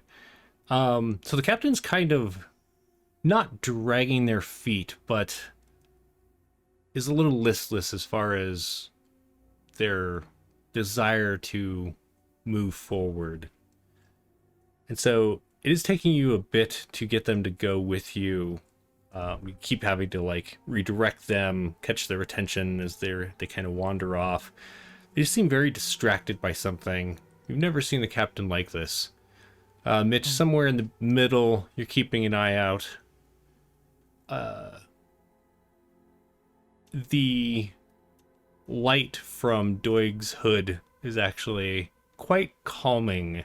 So should you have any checks from here until you get to your room, you're going to have advantage, Mitch. Oh, nice. All right. So Simmons, go ahead and make me a intellect check. Happily. Oh, god of the game. Oh, but unfortunately, I rolled an 84 over 57. Amazing. Not quite a critical failure, which is probably for the best. Indeed. As you are following Doig and Mitch, you notice that they're getting a little farther ahead of you, and the captain is kind of shuffling. Then there's like you're kind of leading them, you know? You're not necessarily like with your arm over their shoulder and stuff, but the palm of your hand against like their back, kind of guiding them. Come on, Captain. You swear you feel something brush on your hand, almost like the captain reached back and like rubbed your hand, but then you realize that their hand just, there's no way, and the angle. Captain? Are you all right? Yeah, I'm fine. Captain, I'm a little concerned with your listlessness. Perhaps you might need some rest? Yeah, when this is all over, definitely gonna put in some shore leave. Good. What are your thoughts? Just for no particular reason. I'm looking forward to getting to the other end of this. Aren't you? Oh, of course. What's at the other end for you? Hang on. I know what I said!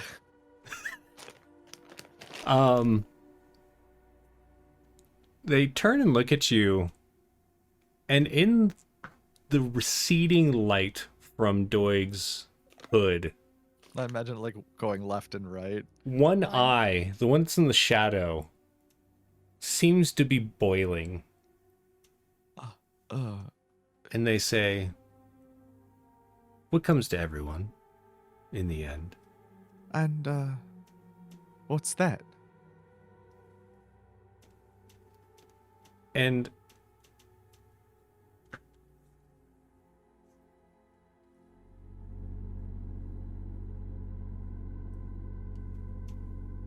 Captain? Captain?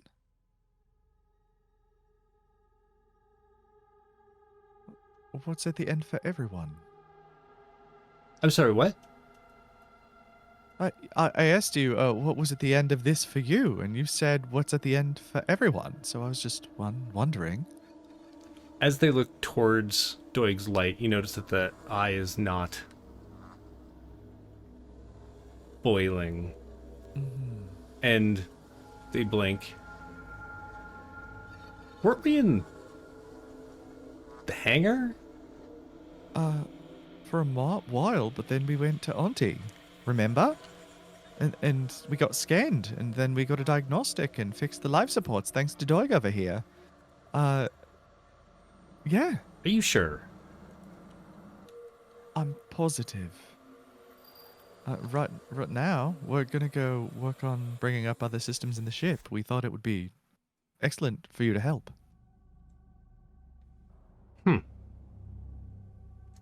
Yeah, let's do that. How we doing over there, Doig? Now, Doig, Oh yeah, almost there. you're like several yards away at this point. I'd be kind of like, I would stop and kind of like look back like, hurry up, wait, crazy. I'll just keep heading forward. And I'm assuming I would know where Mitch's room is. Yes. Okay, so I'd head straight towards Mitch's room.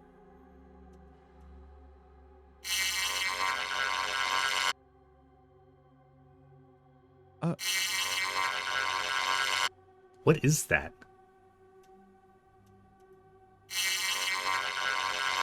Is that is that the ship, Doig?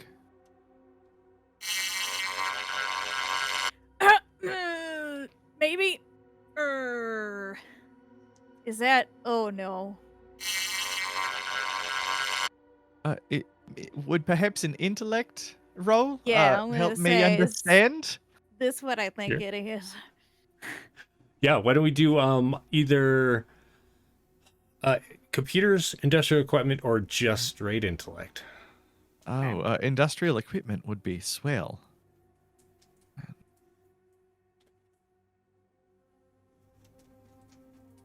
Oh my god, I got a 99. Excellent. That's perfect. I failed as well. How bad did you fail? Oh. At 85. Okay. Mitch, what are you up to? You look a little horrified. Everyone failed so terribly. These digital dice are screwing me. I'm about to start rolling real dice. Mitch is just focused to get to his room. He's just like, can we Right? please get there? Like now. Mitch, as you head there, you notice that the lights, rather than dimming and like coming back up, they're actually brightening to a brighter red, and then dimming back down to what they've been at, and then brightening, kind of in time with that noise. And Simmons, as you are looking around, and the captain was like, "What is that?" And then you look back at the captain. The captain is gone. And standing there is this strange shape. It's kind of humanoid. It kind of looks like maybe it's the captain, and you hear this noise. It's vibrating in your head. It almost feels like something is kind of chewing away at the inside of your ear. And the figure looks like lines, just thousands of lines moving over themselves. What do you do? I need to make a panic roll. Yeah, okay. I'm gonna roll a d20, a real one.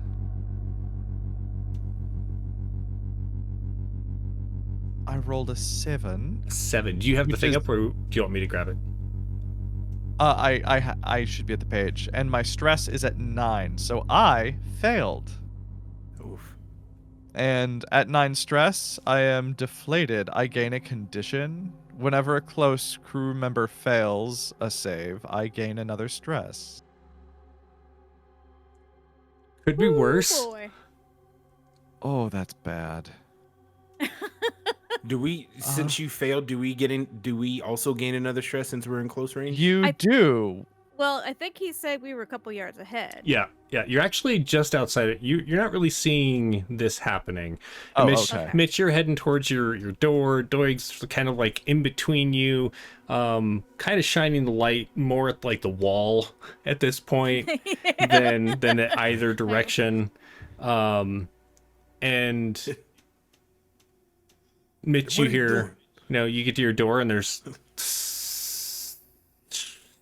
and your door opens, and like it took a moment for it to like get going, and then it like opened at its normal pace. Oh. Doi, Cool. you hear this and see Mitch go into his room.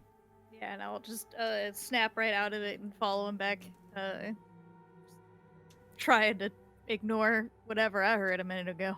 Okay. Simmons, the figure puts its hand on your shoulder. Can I stab it? You can With my absolutely stab scalpel? you. Yeah, that's a combat roll if I've ever heard of one, or hand to hand. Don't forget, I also gave you a gun. I know you did. Okay, cool. I just want. Yeah, no. Yeah, no. This feels like a stabbing moment. I rolled a 6 under 33 in combat. Nice. Let's go. Let's go.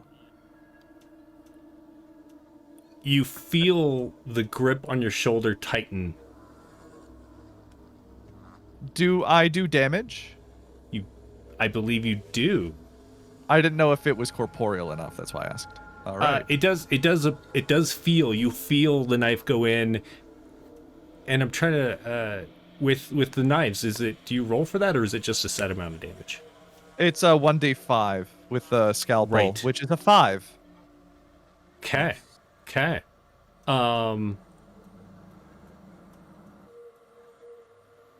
You feel that grip tightening, and then the other hand reaches up and like pushes itself into your face, and that chewing sensation in your eardrums gets worse.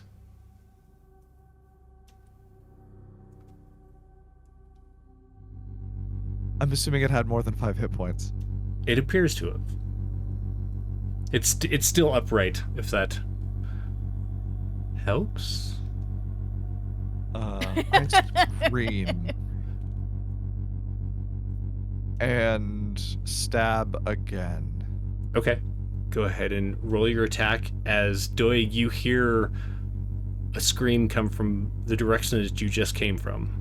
I'll turn around and whip my head to direct the beam straight where I heard it. Okay. I failed.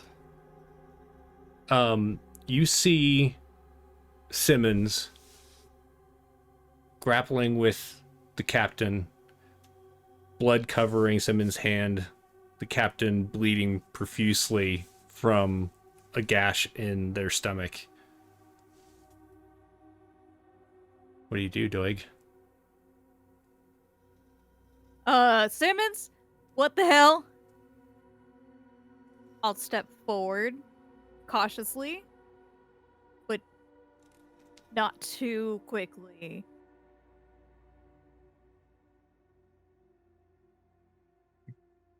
Can I stab again? You can. I see a horrifying, unnatural monster attacking me. That's a success. And roll your damage. 4 damage. Okay.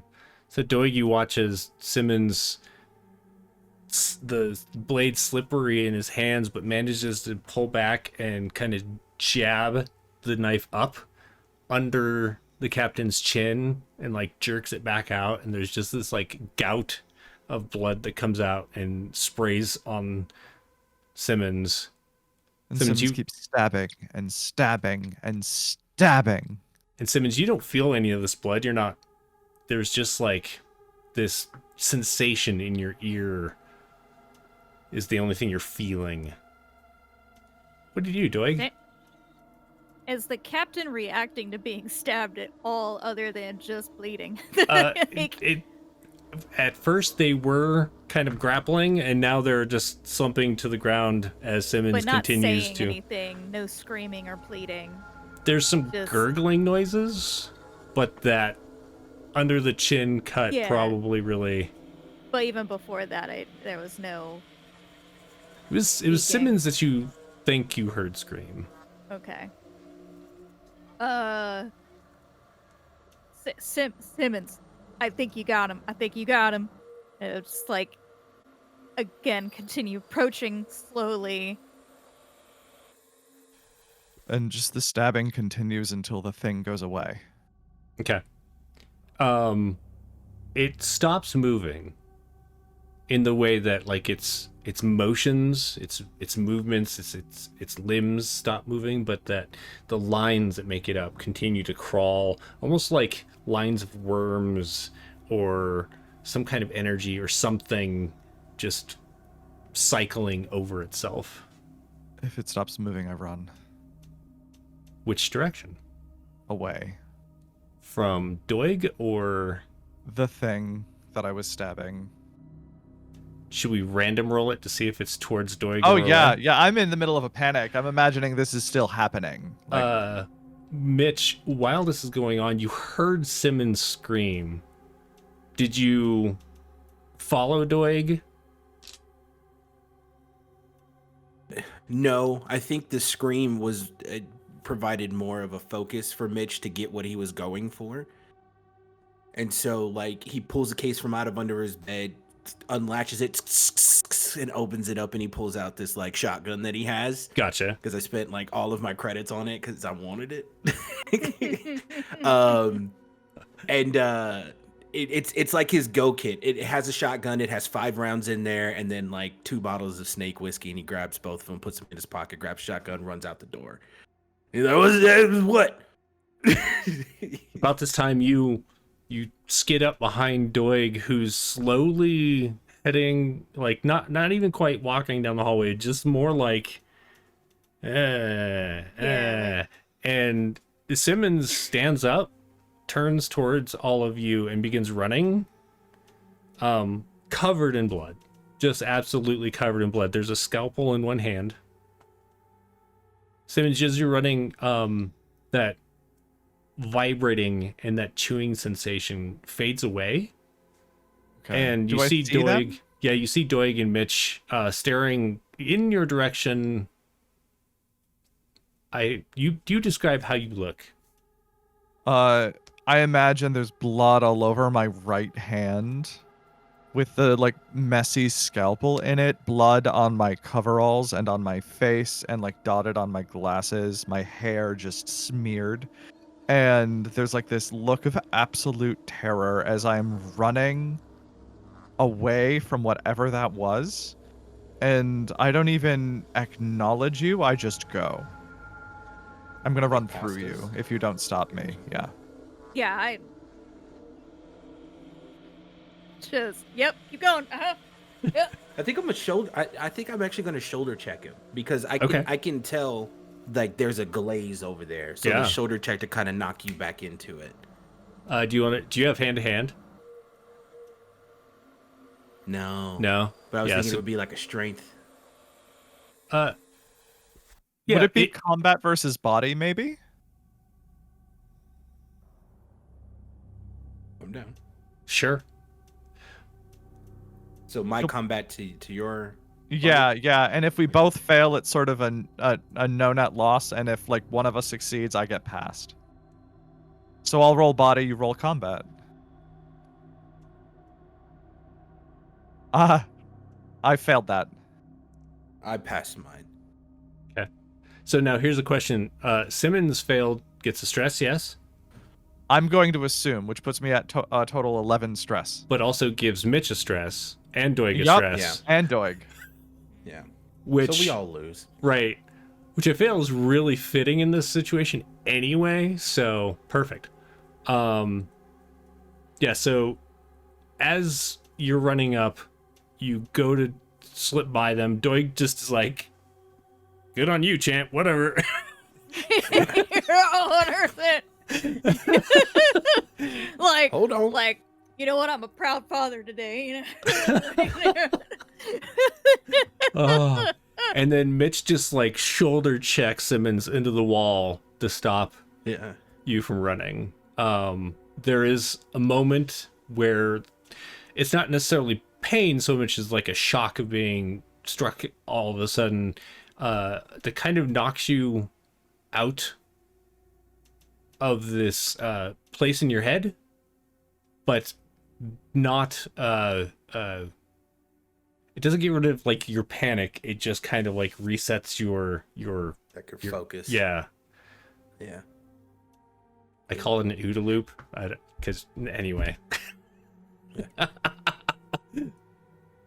Hey, you with us? Oh. There was a thing.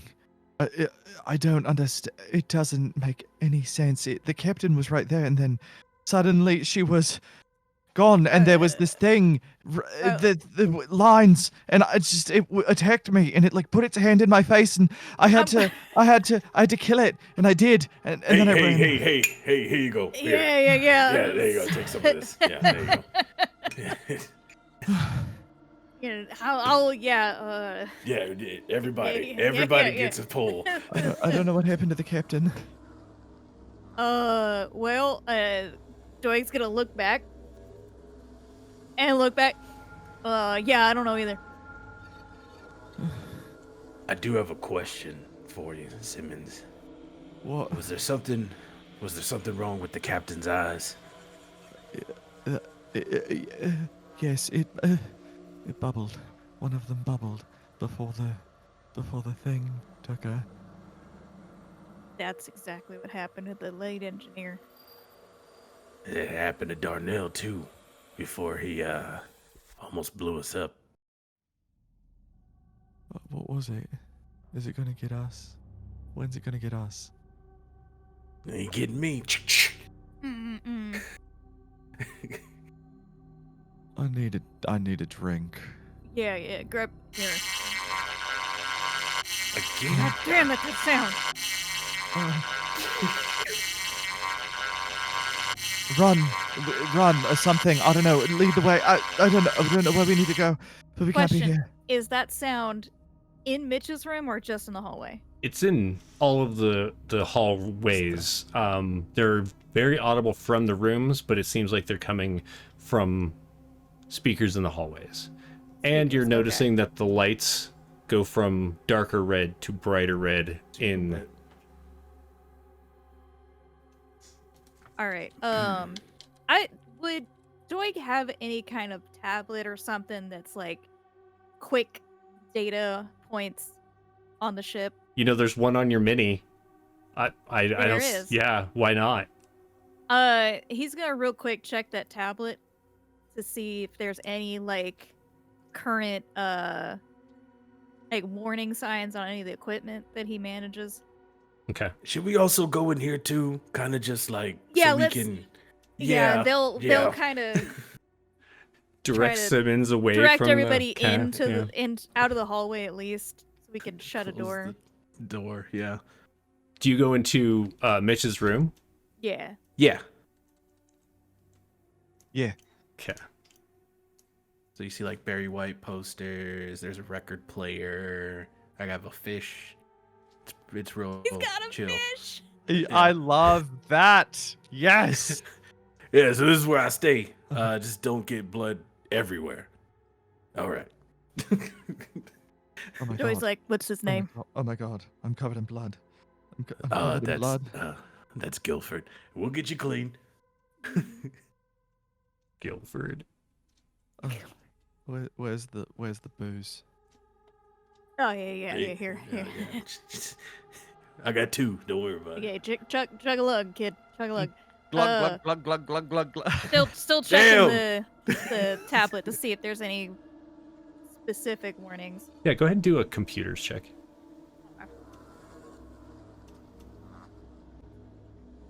Can we call it industrial equipment check or mechanical repair check? Not for this one. So if you don't have computers, then it would be an intellect.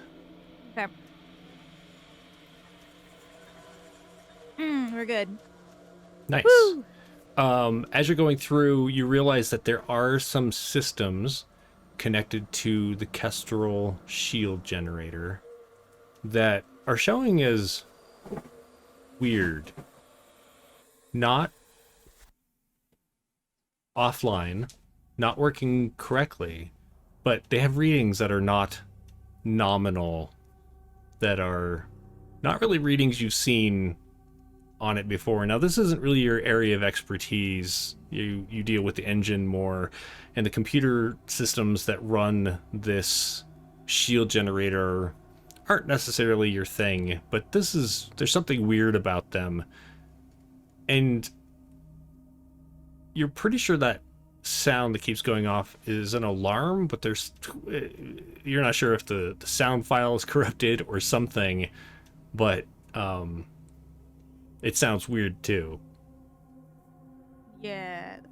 I don't think the alarm's supposed to sound like that, but I can tell you that it is an alarm and not some worse. What's distorting it? Well, there was a lot of corrupt files when I was trying to manual override a bunch of stuff, so I am assuming that we got some corruption going on as far as the computers go. Now, I will say, I always said the mechanical's way better than AI. AI is just not, but, I'm just a trades guy, so. But I think I don't, unfortunately, it's not my area of expertise, but it looks like it might be something related to the shields. I might be able to figure something out. It's not my area of specialization, but I might take a crack at it. Glug, glug, glug. This I chick, I need only a got minute. 2 of those. I need a minute. Can I maybe relieve stress? Yeah, with the alcohol, are we? I would say because you're boozing it up, yeah. Do you have to make a roll for that? Yes. Okay. So you make a rest save against your worst save. Okay. And if you fail, you gain a stress. If you succeed, you reduce your stress by the ones place. And then because we're drinking, we get advantage. Oh, Nice. nice. Mm-hmm. Which means you roll the tens place twice, I believe. So my worst save is combat. And Doig, Thank I God will... we have advantage. Oh, I failed. On both of them? Yeah. No. I mean, it's a 33. These low saves are not going to be high. You're more likely to fail. Being human sucks. So my sure stress does. goes up, and then all of your stress will go up. Yeah, so my success kind of counteracted itself a little bit there. And You my get a stress little went up weird, like twice. squicked out by Simmons, and then you're like, whatever. Yeah. So basically, if you Fair. succeed, your improvement in stress will just be reduced by 1. Right. All right, well, this is not helping. Drink faster. Did you see the thing? Did you All right. see the thing? Do you think it was dead? Oh, that thing. Yes. Okay, good. Might be another thing running around though. Yeah, clearly with distorted sirens. Doug, did you figure out what that was? Something about shields. That's all I know. So we're gonna have to leave the room to fix it, though. Okay. Yeah. So I will say that all of you know, and I'm just throwing this information out there, what you do with it is completely up to you. There was an engineer that was in charge of the shields. His name was Drew Calder. He went missing 6 days ago. But his body was never found, as opposed to some of the others that were found. Unrelated question that couldn't possibly have anything to do with this. The smell coming out of the air, that sourness, is that more putrid or is it more tart? Like, what is the soupçon here? What is its terroir? What I'm asking is it a rotting corpse in the air vent? Yeah, Is what I want to know. Right. What kind of cheese is it? Right. Right. Yeah. It's on the softer, stinkier side of cheeses. My favorite. Oh god. It's kind of like a like the floor of the boys' locker room kind of smell. Now, There's an audience for that. it does not have a heavy putrefaction smell to it, but it does remind you of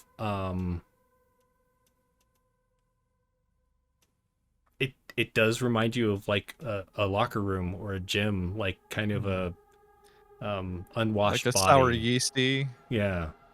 Okay. Unwashed. Probably somebody stuck their laundry back in the vents again. It's This is not the dryer. jokesters. You do smell and Mildew. taste that though, right? Like that's not just me with the air. It's kind of spicy. I don't know. Okay. I lost a lot of my sense of smell like 20 years ago. I don't taste it. Takes a big hit of his vape again. Oh, why? Mitch, you hear something move. It's on the other side of one of the walls, the wall opposite where your door comes in. Wait, let me double check something. That would be Simmons' room, right? No, so it's coming from this wall. Look at the map. Ping it one more time. Between Mitch and Burton. Yeah. Burton's room. There it is. Okay, that was someone else's room. Yeah, the corporate prick.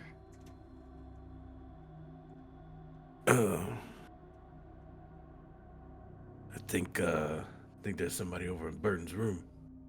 Hopefully it's Burton. Right, let's go check on him then. Are you good? Are you good to are you back with us? Oh, yes, I'm back with you. Good. More up in the air, but no, I'm here. Thanks. Okay. I gave you a Thank pistol. Maybe you should start brandishing it with everything that's going on. Yeah, I'm just so. I understand. Thanks. Thank you. You don't happen to have another firearm that is totally legal to have on here, right? So, I mean, kind of because of my background, but it wouldn't be anything crazy. Yeah, So- it ain't. Mitch, I'm going to give you something for free here. I'm not even going to make you roll for it. Pretty early on in the trip, after things started going sideways, the XO was found dead. Commander Zane Wilson. His room happened to be right next to yours. Oh, yeah. He was also a military fellow. And you've had several conversations about firearms with him. You get the feeling if you needed something, it would be in his room. But you know his room is currently locked. If there was some way to override that, you could get in there. Yeah, there is. Oh, Yeah, There are. that would be. We might want to Yeah, we could. gear up. You know what I mean? Yeah, I would. It's just right around the corner, right? Like it's not even crazy far. Oh no, you walk out and the door is like right there. mm-hmm. Oh, okay, cool. Let's walk out, go over to the door, press the button to see if it opens. It does not. It does not, yeah. Cool. Wait, no, we could go. Oh my We're god. at that point already. What? We didn't Do you want the door open or not? That's fair.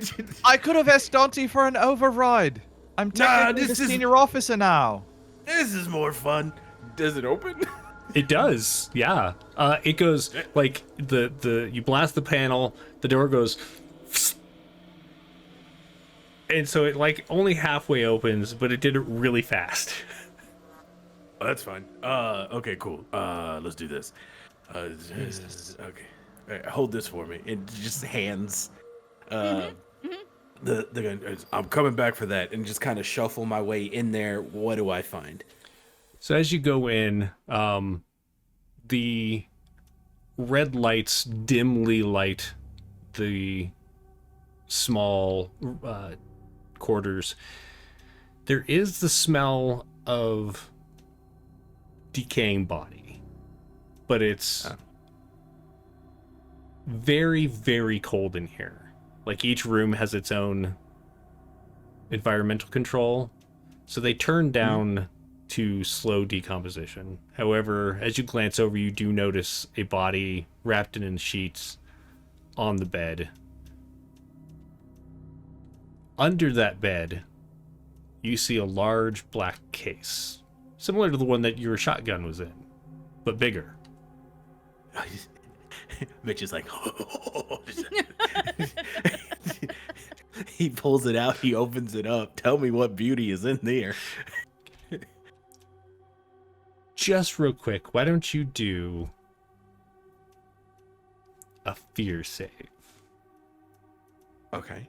I just want to say I hate this. This is the worst thing you could have said, because that you are giving a magic gun to us, what is what I'm presuming, tells me we're going to need it and it's not going to matter. I don't know what you're talking about. I got a 37 over 42. Nice. Just there. Nice. As you're doing it, you kind of like you pull out the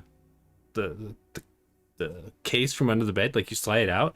But as you do, it sounds like somebody exhales. Oh. And you're like, you look up at the body, and you like slide the thing back under, and you pull it back out to see if it makes the noise again. And it doesn't make that noise whatsoever. And you're just like, cool. And you pick it up and you just carry the case. You carry the whole case outside with you. Yeah. All right, that's enough. Oh my god, we now have space zombies. It's just a matter of time. Okay, just can you shine that light around here? Because I really want to see what's in this box. Got you. Yeah, cool. Flip. Okay, looking at this handy dandy picture of weapons. What did you get out of curiosity? What's your shotgun? It's the Arma 29, so it's the submachine gun. Or no, hold on. I'm sorry. No, the X9, the combat shotgun. Okay, So cool. I only got 4 on there. Yeah, so there is an Arma 29 in there. Mm-hmm. And that's it. I'm looking at the pistols, seeing what Take your options time. there are.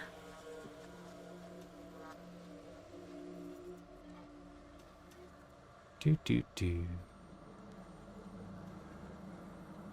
Yeah, so there is the Arma 29 and the F20 Arbiter pulse rifle. Oh God, yes. Okay. All right, here we go. So this one, boom, long range, 5 shots, beautiful. Right here, you see that? He goes through like the whole. It's essentially the scene from The Fifth Element when they're trying to sell the thing. Right. This is what this one does. That Now, gun's this so one- stupid, I love it. Now this one right here is really good. Long range 2, 5 shot. Now, if I had a choice, right, if we were having a shopping episode, I'd take this one. So I say we give Simmons the gun that I gave you, Doig. You can have this one, and we're all happy. Question. Do you only have 5 shots? Do we only have 5 shots? In the case, is there any additional ammo? Not in the case. Uh-huh. You don't see any reason why he would only have 5 shots, though. Like, it just looks like the case doesn't have enough room for it. There's probably an ammo case back in the room. Like a separate. Okay, give me a second. With gun, slides through the door again. yeah. He has to pick it up. It's so Be big. careful. Hey, Doig. Odd or even? Yep. Oh, I hate this. I don't like you. Odd. Because that's what I am. Okay. So Mitch, as you scoot through, you look around the room, Nothing really has changed. The body's still there. Maybe under, you kind of glance into the bed. Yep, sure enough, there's like one of those ammo cases that are built to like withstand heat. Oh, I love this guy. Okay, like looking at the body, and I go to grab the case. Okay, pull it out. All right. I look around for anything else. Is there like maybe another ammo case, some grenades, more whiskey, perhaps? Like anything along those lines? You do see a couple bottles of. There's one of whiskey. There's one of gin. You also notice that there's like a like a decorative box, like a shadow box that has some various knives in it. You don't see any grenades. Slides the ammo box out, slides the bottles of liquor out, He's slides the like Straight up just- Fallout right now. just I'm just pushing things out of this room. Mitch Like, goes running "Hey, out, goes back down to the hangar, gets like one of the carts that you bring the things in on. Yeah, it's fucking Christmas morning. Jeez. This is the best ever. I just whoa, okay. It Pop took you a open the ammo while to box. save up for that X9, so Yeah. That prick was holding on us. I can't. We were just talking about it. I didn't know he had it in his room. Anyway. Jesus. as you're all standing there and Sims is kind of keeping an eye on this and Mitch is, looking like a kid on Christmas morning, Doig, you sidestep, just kind of reshifting your weight. Your foot splashes. You look down and there's a growing amount of water on the floor. Oh no. Ah, shit. All right, and he's gonna pull that tablet out again, and they're gonna start looking for water systems, any kind of cooling system, anything that has to do with water, and checking every single one to see if there's any pressure loss. It looks like the emergency cooling system has been activated in the Kestrel room. Shit. They'll look to Simmons. We got a problem with the cooling system. What do you mean? Looks like the emergency system got turned on. Oh, that's Shouldn't have been. condensation. Yeah. That's a lot. That's cold. All right. This time let's not shoot the door. Save the round, and we can have Auntie override because I have command. Yeah, that's my fault. I got excited. No, it's fine. It's just don't need to waste bullets. Let's go over to Kestrel's room. Yeah.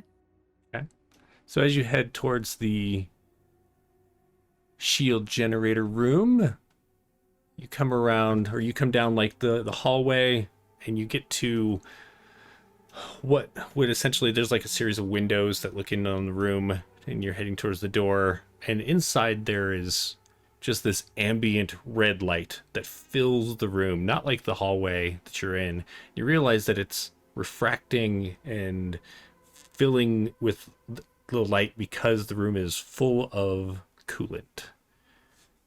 Inside, you can see the soft glow of the shield generator as it crackles. You can see arcs of electricity moving around within the coolant, bouncing off the orb's surface.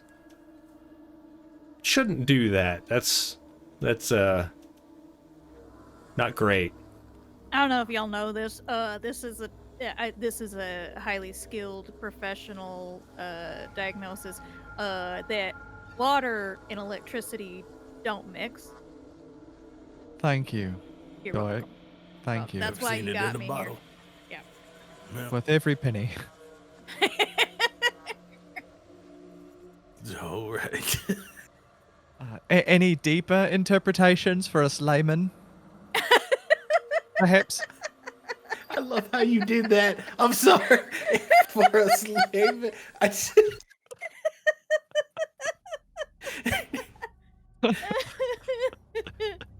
Yeah, bring it on down a little bit more for us. Ooh, we're all scared. That's why we're laughing. I love it. Believe in that tension. Oh. I'm gonna say there's probably a short somewhere we need to fix, and I'm gonna start looking for that right now. Thanks, mate. Yeah. Start shining my headlamp everywhere, looking for where that water and lightning. So are you like kind of through the windows trying to see? Yeah. Okay.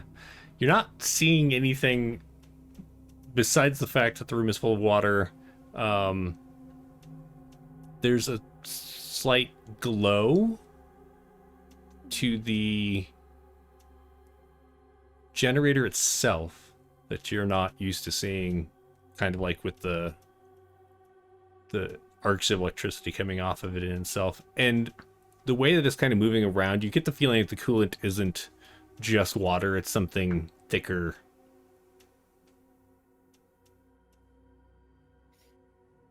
There's something leaking in it. Oh, y'all see that? Do y'all see that there's something else in there? I guess. Can you flush the system? Yeah. Drain it and refill? I bet you. It's a good idea. See, that's why you're an officer. I'll try to figure out a way to flush the system. Find like a manuals override somewhere. Teamwork makes the dream work, mate. Why don't we do actually Doig is currently visibly uncomfortable being around that much water. Okay. Is everyone looking for something to like the solution? Is everyone looking for the solution? Like looking around trying to find a override or something? Oh yeah. Whatever I can do to help Doig. Okay. No, Mitch is not. What's Mitch up to? No. I'm completely enamored with all of this artillery we just got. Like if the camera panned to Mitch, Mitch is like dun-dun-dun, dun-dun-dun, dun-dun-dun. There's actually enough light coming off the floor that as the light comes up in the alarm, there's a reflection of Mitch off the pane of glass. It's just voguing. I also want to point out that Mitch is also like shirtless. So we also see these incredible abs. Right. Just Yeah. You look over Duck at one walking time. down the hallway with the gun. Right. At one moment, you look over and just his abs are holding on to one of the shotguns. He's standing there just going, macho, macho man. Hey, hey. What if this is the camera angle we didn't see an alien? Right, right. Like, there's Ripley like, damn it, mother, turn off the self-destruct. And then, like, someone else is just, like, voguing hot behind the camera. You're doing a great job, Ripley. Right. I'm helping. I'm trying to keep up morale for you. I'm not in mortal danger. I'm at the club. Hey, The club in my listen, mind. there's a lot of smiles right now, but I am stressed about what's about to happen. Oh, that's what this is. Yeah, Yes. Coping. All right, so Mitch is in coping mode. Simmons and Doig. All right, so are you splitting up to find this, or are you going together? Yeah, I think we would Yeah, try together. to get as much. I think we're gonna, yeah, together. Yeah, together. So Doig is like, you go that way, and I'll go this way, and then Simmons just follows. Yes. Okay. I don't want to be alone, mate. We can do this together and get each task done twice as fast. Yeah, I think Doig probably tried to do like a, a baseball kind of, and he didn't do that, and he was like, all right, whatever. We play cricket in. Never mind. Just lead the way. I'm coming with you. Okay. Just keep shining the light everywhere. Oh, I grabbed one of the wrong tokens. I don't like that. Hello? Where did Mitch go? There's one bad part about having a gigantic map. I think Get a Mitch bigger is all screen. the all the way way on the other at side. the top. Yeah. Yeah. Yeah, for the audience, is if you. you haven't seen the full map, which I don't think you have, it is not only enormous, but it just goes like north-south so long, and it's an amazing map. I am obsessed with it. But she's a big gal. Yeah, if you go over to Chepeku, their sci-fi Patreon. I can't remember if that's what I linked in our chat or not. Let's see. I love Chepik. It's called the Magnus, and it is there are 3 maps, like 3 pieces to it to make up the entire length of it, and they have, this is the alert version, which I thought fit quite well. Let's see. What are we playing? Mothership. Oh, I didn't put the map on there. Let's see. Chepeku.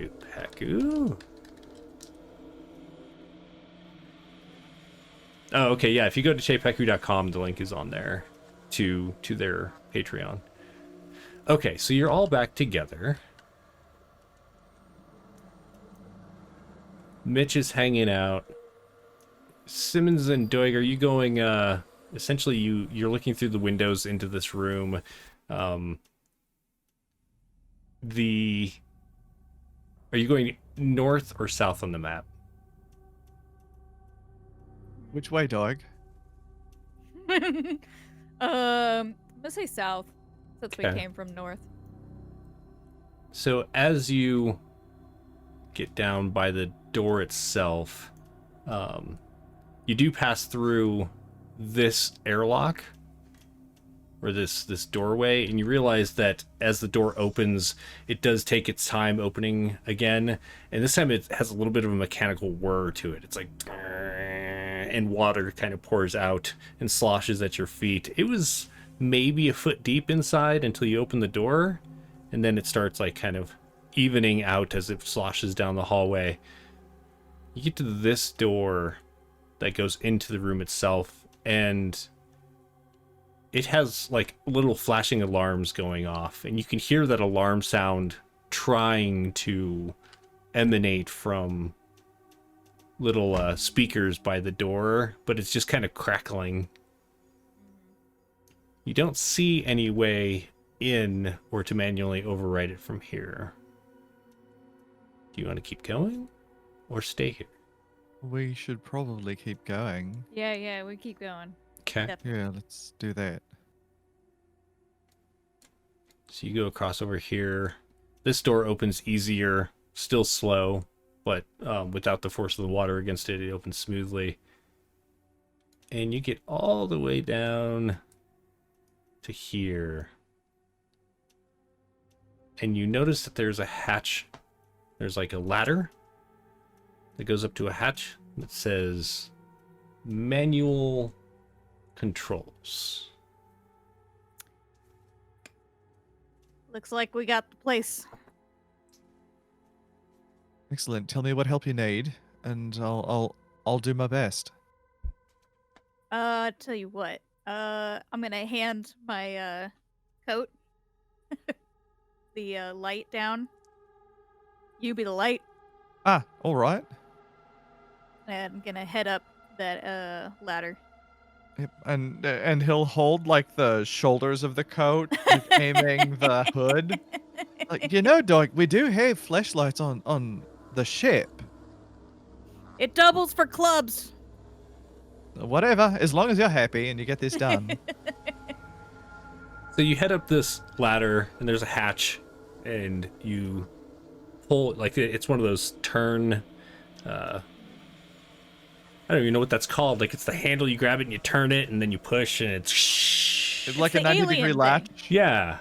Yeah, I thought it's it was just like a Alien hatch. Isolation. Yeah. So it's like the hatch, and it opens hatch. up, and Yeah. that scent of coolant just washes over you, and you stick your head up, and there's just like flashing lights, like alarm lights going off. You climb up in there.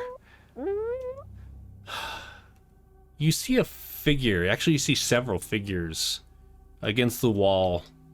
There's not like constant lighting in here like there was down below. There's just these flashing lights, and as you stand up, you realize you're not alone. There's several figures against the wall, which you think would be directly over the room below. Hey. How's it going up there, dog? I regret everything that I did 2 seconds ago. I'm gonna have you do a fear save. Huh? I'm gonna have you do a fear save. Yeah, you are. Mm-hmm.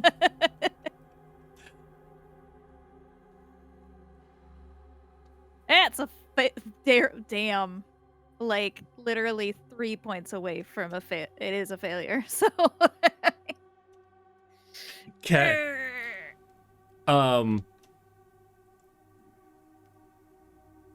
GC, remind me, is it does this call for a panic roll? Failing a save? That should increase the stress. Oh wait, no, you're right. That does. Yep. Okay. That was one of the things. That's when it triggers, when you just don't call for it for the environment. Yep. When you, yeah. Okay. Well, I succeeded the panic roll.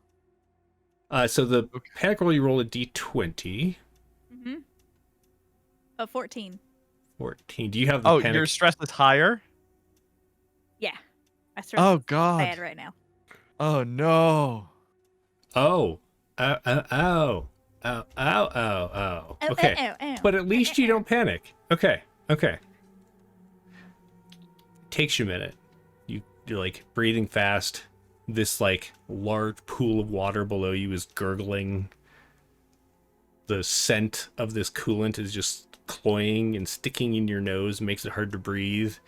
These rubbery looking strange people that are in oh shit, those are just suits. Those are rubber suits.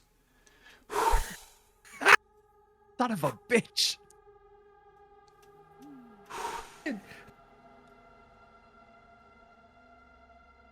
You realize there's like full body rubber suits, kind of strange shaped, like very bulky, and you're like, what would you need that for? Oh, I know exactly what you need it for. Don't you fuck with me, young man. Doig knows exactly what those are for, and Doig doesn't want to touch it with a 9-foot pole. What about 9 feet of lead?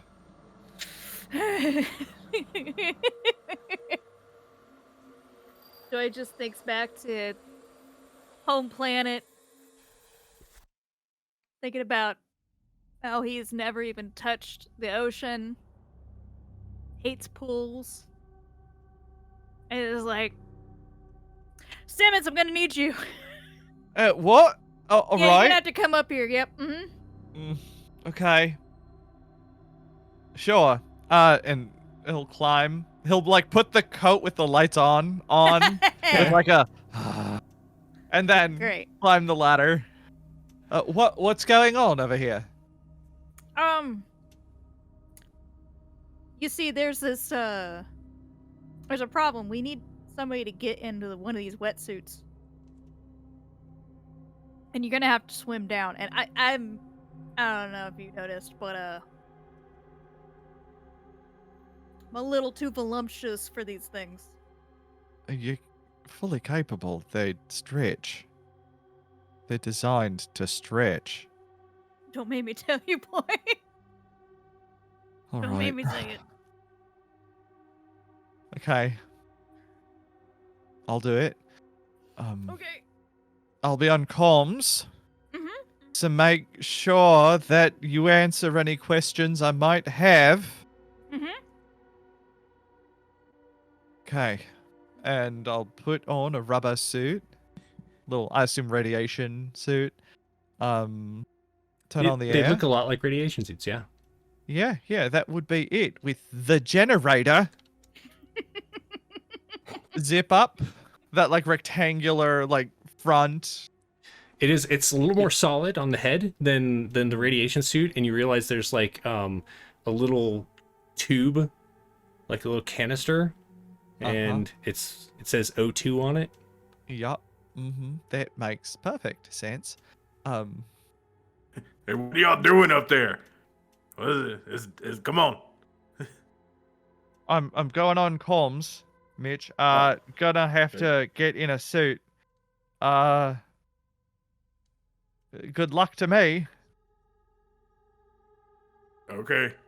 Got this. And do I guess you're standing there? Stairs. There are some like control panels around, and when Simmons goes on comms through the suit, there's a speaker on one of the control panels that his voice also comes out of. Okay, So cool. it seems like there's stuff up here that can be done while someone's down repairing things. Mitch, what are you up to down there? He was just there, and then he turns his head, and everyone's up the ladder, and he's like, "Ah, nobody." So he's still down the ladder, contemplating on whether to go up or not. Don't look at like that. Stop it. I'm gonna on the comm, which now I guess we have comms. It's my job. I should have it. Should I go up there too? Just Over. Yeah, I assumed the suits all had them. Sorry. yeah, that's fine. I love it. No, that's we great. good. It's in my puff Yeah. jacket. Yeah. Yeah, It's come on yeah. in my puff jacket. It's like a bead on it. Right? Wait, that's right. We shopped at the same stores. We That's both right. had puff We go to the jackets, same outlet. Uh-huh. So, yeah. All right, I'm coming up. Climbs Yeah, up yeah, too. yeah, Okay. As you get up there, you can see in the light from Simmons, you took off the light hood, right? Yeah, I would have taken that off and put that on the side. I Yeah. would have gotten down to just my jumpsuit, and I would have gotten on the rubber suit. And like, I imagine that like square faceplate Yeah. with like lights behind it, which are useless in the real world, but in movies they Right. make sense. And my Yeah. face is lit up, so it As- is visible. As someone who's scuba dived in dark conditions, I'm like, why would you ever do that to yourself? You're like, No. Yep, it's kind of like streaming with the light right here. right there. Right. there. Yeah, weird. yeah. Wow. Just like having lights right in your face. Yeah, it's great. I can absolutely see what's on the other side of those lights. Mm-hmm. There we go. Did you fully change it to? Wow. I just have the jumpsuit on. Took off my jacket. Juicy picks up like a scuba helmet that's off from the side. I was gonna do this. Screw it. We're going for it. Right. Yes, Oh, God, that's you right, I keep on doing forgot. this. Yes. Because the sand will be different too while I'm in the suit. Yes. So there Oh we my are. god, the Guys? sound effect is perfect. I Can love you hear it. me? Yes. Okay. I'm gonna go down. So, Simmons, you see also- the. Oh, sorry. Go ahead. There's got to be like some kind of hook or something, like a lifeline or something going in there, right? There is a ladder that drops down in there. Mm-hmm. Um, I'm thinking like Is there some like a nylon cable rope. to clip? Yeah. you don't On my see suit? one, but you could absolutely like do I that. can jury rig. Yeah. Yeah, You do have that. your jury rigging. I got jury Is rigging. it a tank? Is it a tank, or is it like kind of like a deep blue seed where it's like the hole and then it's deeper there? Like, The room below is completely encased, so nothing's like coming up. Although you do notice that there is some leaking, but once the door is opened, a little bit kind of overflows, but it doesn't. It seems like it kind of has reached like a maximum. like there's a drainage point. Once it hits a certain level, it starts to drain out to keep it at that level. Right, and you think that's somewhat. kind of what's in the hallway.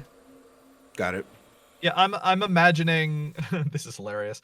I'm imagining you know how there are the big coolant pools for radioactive rods Uh-huh. in nuclear power plants? That's what I'm imagining. Is like a deep bright blue water and like maybe the generators in the center in a giant column, and then Except for it's bright full all red, the way. but yes. But yeah, oh yeah, because of the light. Yeah. Yeah. I hate this, guys. It's menacing. Well, no time like the present. Did you want to roll jury rigging, Doig? Yep, and I succeeded. Okay. So tell me what this rig looks like that you hook up to make sure that Simmons has a lifeline. I imagine he took some of the other suits apart, made some kind of nylon rope attachment, and like tied them all together. It has to have carabiners on him all the time. The tail sign. So carabiner other side. That way he can clip, unclip. Okay. That makes sense. And maybe, hopefully, a winch that like you tack onto the wall of the door, on the inside of the door. Yeah. Yes, absolutely. So that way it can like pull me back. Right. Wheel me up. So, and I thought we were just belaying it. On belay. Mm-hmm. Hey guys, am I good? Am I secure? Yeah, I've got you. You're good. All right. I'm gonna go. Wish me luck. Good. They're Thanks. both just silent. All right. So do you jump in, climb down? I assume there's like a drop into water, and then I climb down on a ladder in the water. Yeah. So essentially, there's like a fold down ladder that goes down into the water, so you can get back up. But once you touch the water, once you get into it, you realize it is really viscous. Like, it isn't just water; it's like a thick, cooling fluid. Oh god, I'm gonna die. And so getting into it, it's not like jello. It's not quite that thick, but it is definitely thicker than you would have expected.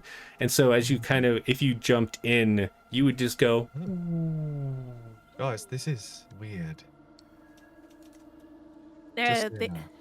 Okay, I'm gonna check and see if there's any other additional leaks. I'm gonna pull out my tablet and see if there's leaks of other places that might be affecting this area. Simmons, Doig, I do want you to make a roll as you watch Simmons go into the. Just go ahead and make a.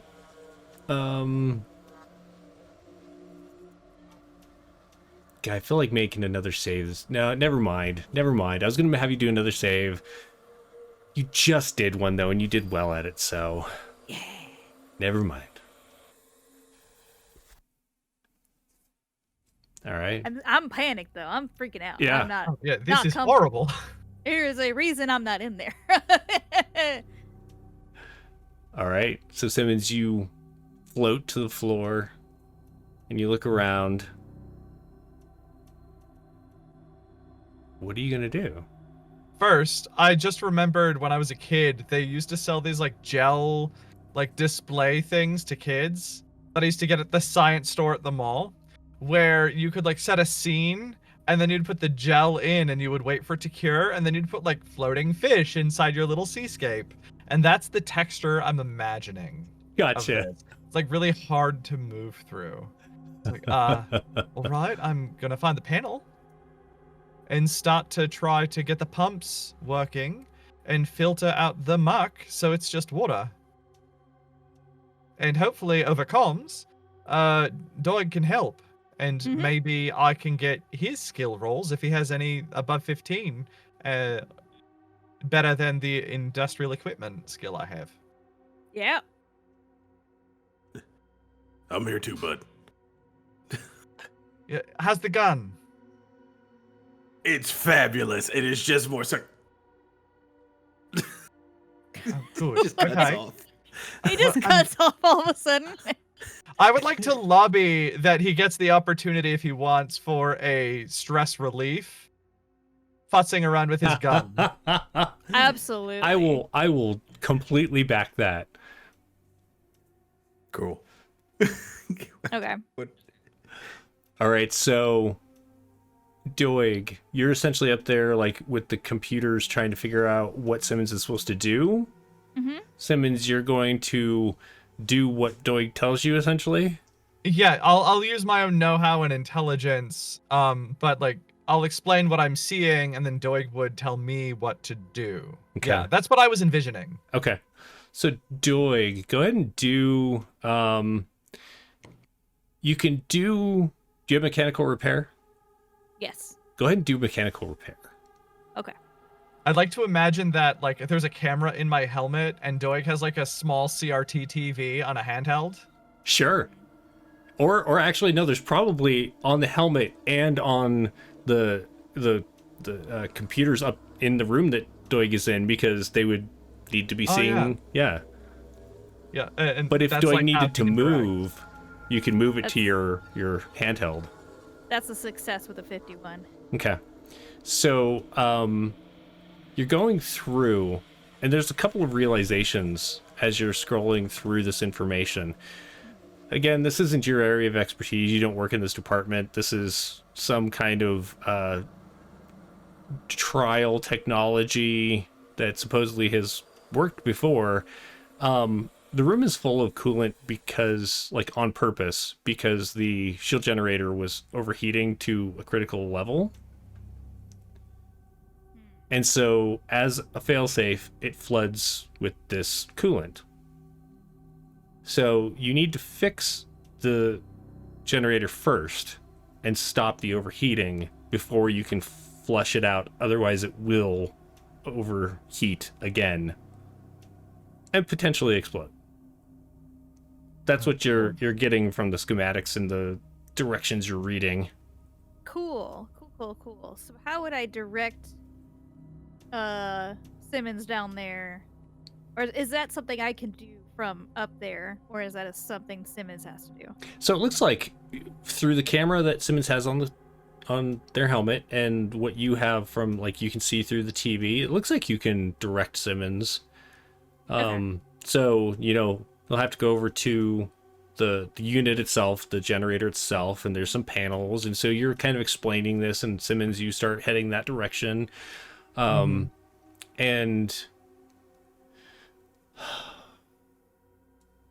as you're, like, kneeling down and you've opened this panel up and you start, like, removing components, and you see that some are, like, just fried, and you're listening to Doig as they're, like, you know, go over to this storage area, pull this out in this drawer labeled C5. There's, like, a replacement part. You put that in there. And I can see it too, all the motion's so slow because it's viscous. Right. It's like the gloved hand just, like, moving and grabbing and then, like, pulling away slowly in the red light. And then Doig is like, okay, so then go ahead and pick up that crowbar. Yeah, of course. And just wedge it right under your helmet. And just go ahead and pry that up. Doig? Mitch? Yeah, hey. So wait. Doig and Mitch, you can hear Simmons freaking out. And Guys? Simmons, all you can really hear is this hum in your ears. Oh, no. I start reeling him back in. Nope. And this Nope. thing is chewing on the inside of your ear, like on your eardrums. And I need you to go ahead and let's do a sanity save. Indeed. I agree. I rolled a 21 under 54. Nice. You start doing it. You start raising the crowbar up to, like, slip it under. It makes complete sense. And then you kind of stop and you're like, what the hell am I doing? What the fuck? You drop the crowbar and it actually only falls a couple of inches before the viscosity of the gel catches it. It's just like... And then there is a tug on the makeshift pulley that's attached to you as you start being dragged back towards... And you hear doing, Simmons, are you still with me? I'm gonna pull you back if you don't. Yes, Okay, what the hell? Whew. Oh my god. You were freaking out. Dude, we were losing you there a second. I was losing me for a moment. But I can do this. I can do this. All right. So I'm gonna continue. All right. So you're gonna grab that component that's right in front of you. Yeah. One moment. I'm gonna push the crowbar a little further away so I can't reach it. Okay. If you start freaking out again, we're pulling you out. No, No, I don't. We please, don't care what you thank say. It's, Yeah. Things are not normal. All right. Yeah, got that. What do I do with it? All right, make sure you put it back in that slot where you pulled the Okay. fried one out. Yup. And All right. one moment. There it is. Okay, got it. All right, did a light turn on? Oh, there's a switch. Yes. All right, so Warden, how we doing at this point?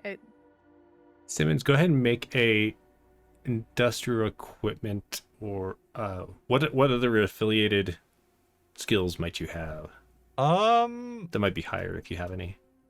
The higher ones I have are piloting and hyperspace. Or no, astrogation. No, it was piloting and hyperspace. Yeah.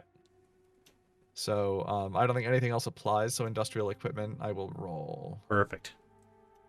An attribute is intellect. A 26 under 67. Perfect. A success.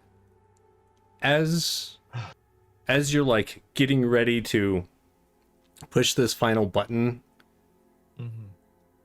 you realize you've been hearing that noise again, and you stop and you kind of check your work, and you go back and you like readjust some things, and then you push the button, and the lights in the room go from red to blue, and the crackling energy that's been kind of going through the coolant just fades down, and that glow that's been coming off of the generator itself fades away. And at least in this room, the light turns to blue. Okay, I'm gonna come up. All right. Can you run a diagnostic before I do, just to make sure we're good? Yeah. Let me check the system, and I'm gonna check my tablet, see if things are starting to show better signs. Yeah. What do you think? Do you think they show better signs? Well, they turn blue, so am I seeing blue lights too? Blue is good. You're seeing blue lights, yeah? Okay. Yeah. Sorry. I was like, is Simmons still hallucinating? I mean, there's nothing to say you're not hallucinating, but Hate that, but as is all far a as dream. as far as you can tell, what Simmons did is what needs to be done. Okay. And as far as you can tell, Simmons followed what you said, like watching his hands and everything. There was a moment where like he did something backwards, and you were like, no, Simmons, that's wrong. And then he flipped it, and then pushed the button. Now, Simmons, you didn't hear any of that, at least not consciously, but you did manage to catch that before it happened. good. All right. Okay. We good? Yeah. All right. I'm gonna come up. And I do, and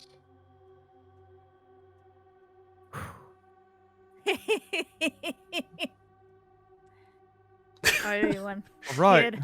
As you climb out there, I mean, you just look like a horrid mess of goop climbing out of this thing, because it's not like water just runs off you. It's like, Oh, it's so slick. yeah, it's slick, and it's like somebody hosed you down with like hand sanitizer or something.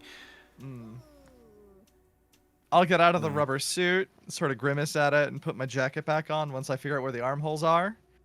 And we can carry on. Excellent. Well, I typically like to end on cliffhangers, but ending on a positive note for this is kind of nice, actually. It's Blue like lights. a cliffhanger for this game, because it's the Also- opposite tone. Right? Because what's going to happen next? Nice. I'll take This it. has I'll been take it. so damn fun. Oh, I'm having Oh. a blast. I'm scared to pieces. I love this. I'm not in mortal danger. I'm at the club. We are so screwed. I think we need that as a shirt. That one and the other one that you had earlier too, Raven put it in the chat, like odd because I am. Right. Odd That's a because good- I am. Even or odd? Odd, because I am. Hey, thank you all for being awesome. You know, we're gonna put it back on club music. Well, love Yeah, that we for are. us. We need that. We need to gaslight ourselves into this is a fun game, guys. Yeah, that's right. Oh, it's fun. No, it's fun. Just Oh, there's a Drama? pupper Who tree. is she? horrifying.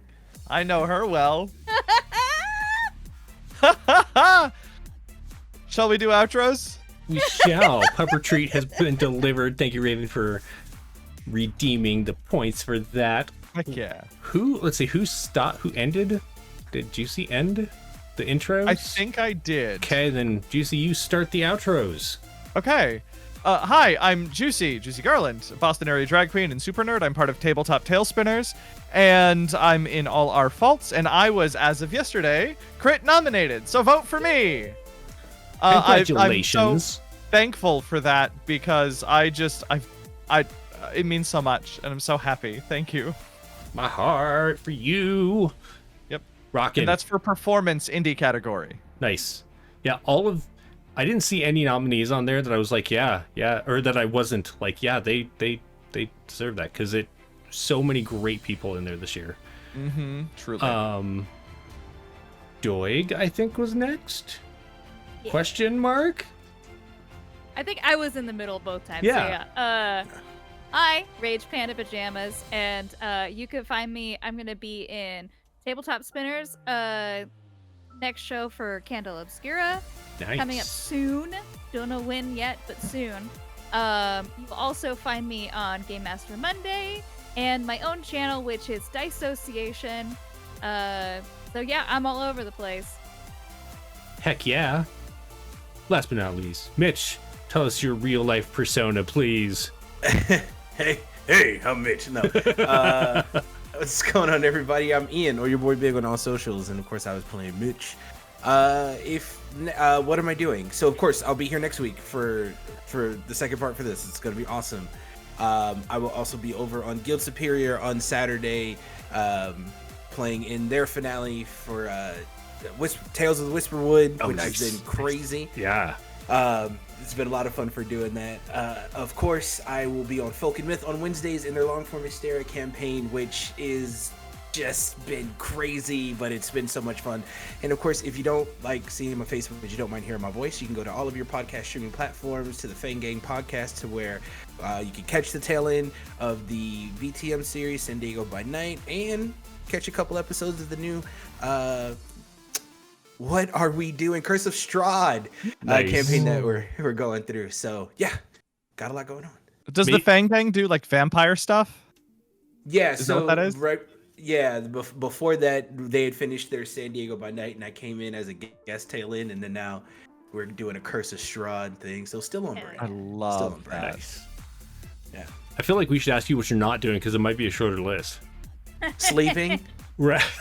Who is she? Don't know her. Never, not even once. Oh. Haven't met her once, man. Yeah. It's funny Got because a lot of other cool stuff coming out though. So Nice, Shout out to my friend Rara in the chat. Oh, Robert, wonderful. Thanks everybody for watching tonight. It's appreciated. This is our first time playing some Mothership. I think for everyone here, definitely for me, definitely first time on the channel. Ian, your outro always cracks me up, because you're always like, if you don't like my face, I'm like, yeah, I totally have a face for radio and a voice for newsprint, I guess. So I'm Jeremy. You can find me here when streaming. This is Saturday, so Monday I'll be on at 3 p.m. Eastern, as for the new Monday mix-up. I used to make minis. I got tired of that. The ADD has kicked in, and I'm just like, no, I can't do that anymore, so I'm going to do whatever I want to on Mondays. Come and join me for that, chat, have fun. Wednesday is for the Horde of the Dragon Queen, where we're doing the Tyranny of Dragons adventure, but we're doing the other side of the script. We're playing the cultists and trying to bring back Tiamat, because, you know, dragons just want to be free. They don't want to be tied to any devil plane. What's going on with that? Cyndi Lauper plays in the background. I was just about to say, I was like, just like girls, dragons just want to have fun. Right. I've seen that subreddit. Wonderful. And then, obviously, next Saturday, come back here at 8 p.m. to catch the finale of our Mothership 2-shot. We'll see how things go. I'm completely sure that your club life will go great. I would wager it goes poorly. All right, we're gonna raid over to someone who is. Let's go over to Rolling Nomads. I've known them for a long time. They're great people. I can spell their name correctly usually. Not like I did earlier. Okay. We'll see you next time. Bye, everybody. Bye-bye.